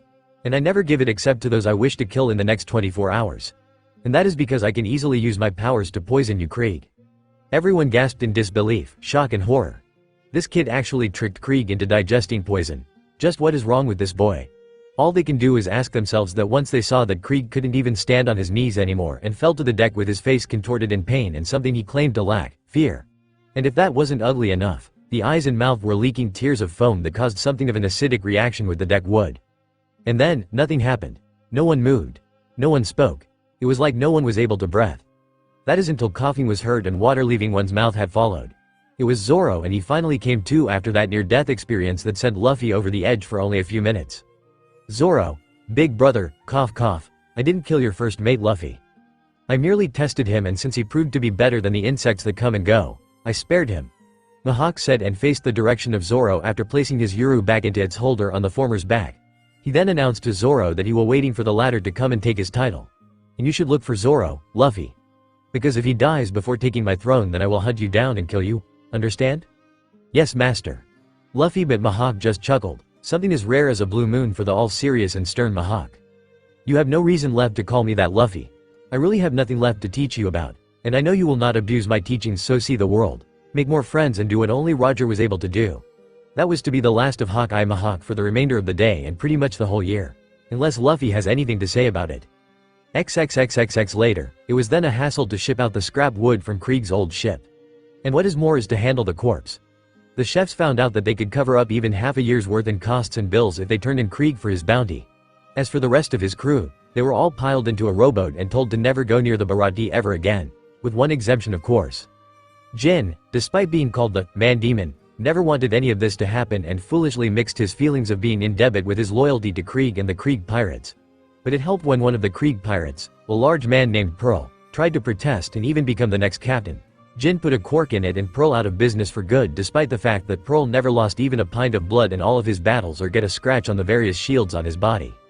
Because of that and Luffy taking an interest in Jin, the staff at the Baratie reluctantly let Jin off the hook unless Luffy will take responsibility. Not even hesitating, Luffy agreed and Jin burst into tears at how a young man had shown him more kindness than everyone else in his life combined. But while everyone was taking a Jin on rowboat to go after Nami, who had supposedly stolen the King's Gourd, Luffy couldn't leave yet. There is still the need for one very important crew member, one that no crew should be without. You said that you need a cook on your crew, right? Luffy and Yosaku turned to Sanji, who was leaning on one of the walls, taking another smoke like usual, and yet they both knew that those words came from his mouth. I do, but I can't afford to have an indecisive person in my crew and working in my ship. What made you change your mind? Luffy was excited to hear the one he chose finally wanting to join, but if he just said yes, it will only make him sound desperate. Desperate was a word that Luffy will rather die than to hear someone call him that. Because I have a dream, Sanji said and got Luffy's attention. My dream is to find the all blue where all four of the blue seas meet. Where every single ingredient in the world are in one place. Paradise for a sea cook like myself. Sanji finally admitted and expected to hear at least some laughter. Silence was all he heard instead. But Sanji just couldn't wait for a response either, and I have learned everything there is to cooking and the old man's fighting style. I am sure to be able to handle whatever will happen if I join you. Is that good enough, Captain? Luffy was silent, trying to spot any deception in that tone. There was none. That is when Luffy smiled and patted Sanji on the shoulder. Then you are in, Sanji. And I promise you that once we are done sailing the Grand Line, that dream will just be around the corner. Because by then, you will a chef worthy to cook up anything that can be found in the all blue. Thank you, Captain. Sanji said before he started to show tears down his cheeks. Thank you. Sanji then left saying that he needed to pack up, but it was also to hide his tears while within his room. Tears that he was finally leaving the restaurant and that he was given a chance to try it his dream. Dreams, that is what truly pirates are for. To seek adventure and see the world as they can before their untimely ends. Whatever dreams were completed or not, pirates don't die screaming or crying but laughing at all the fun they had before they die.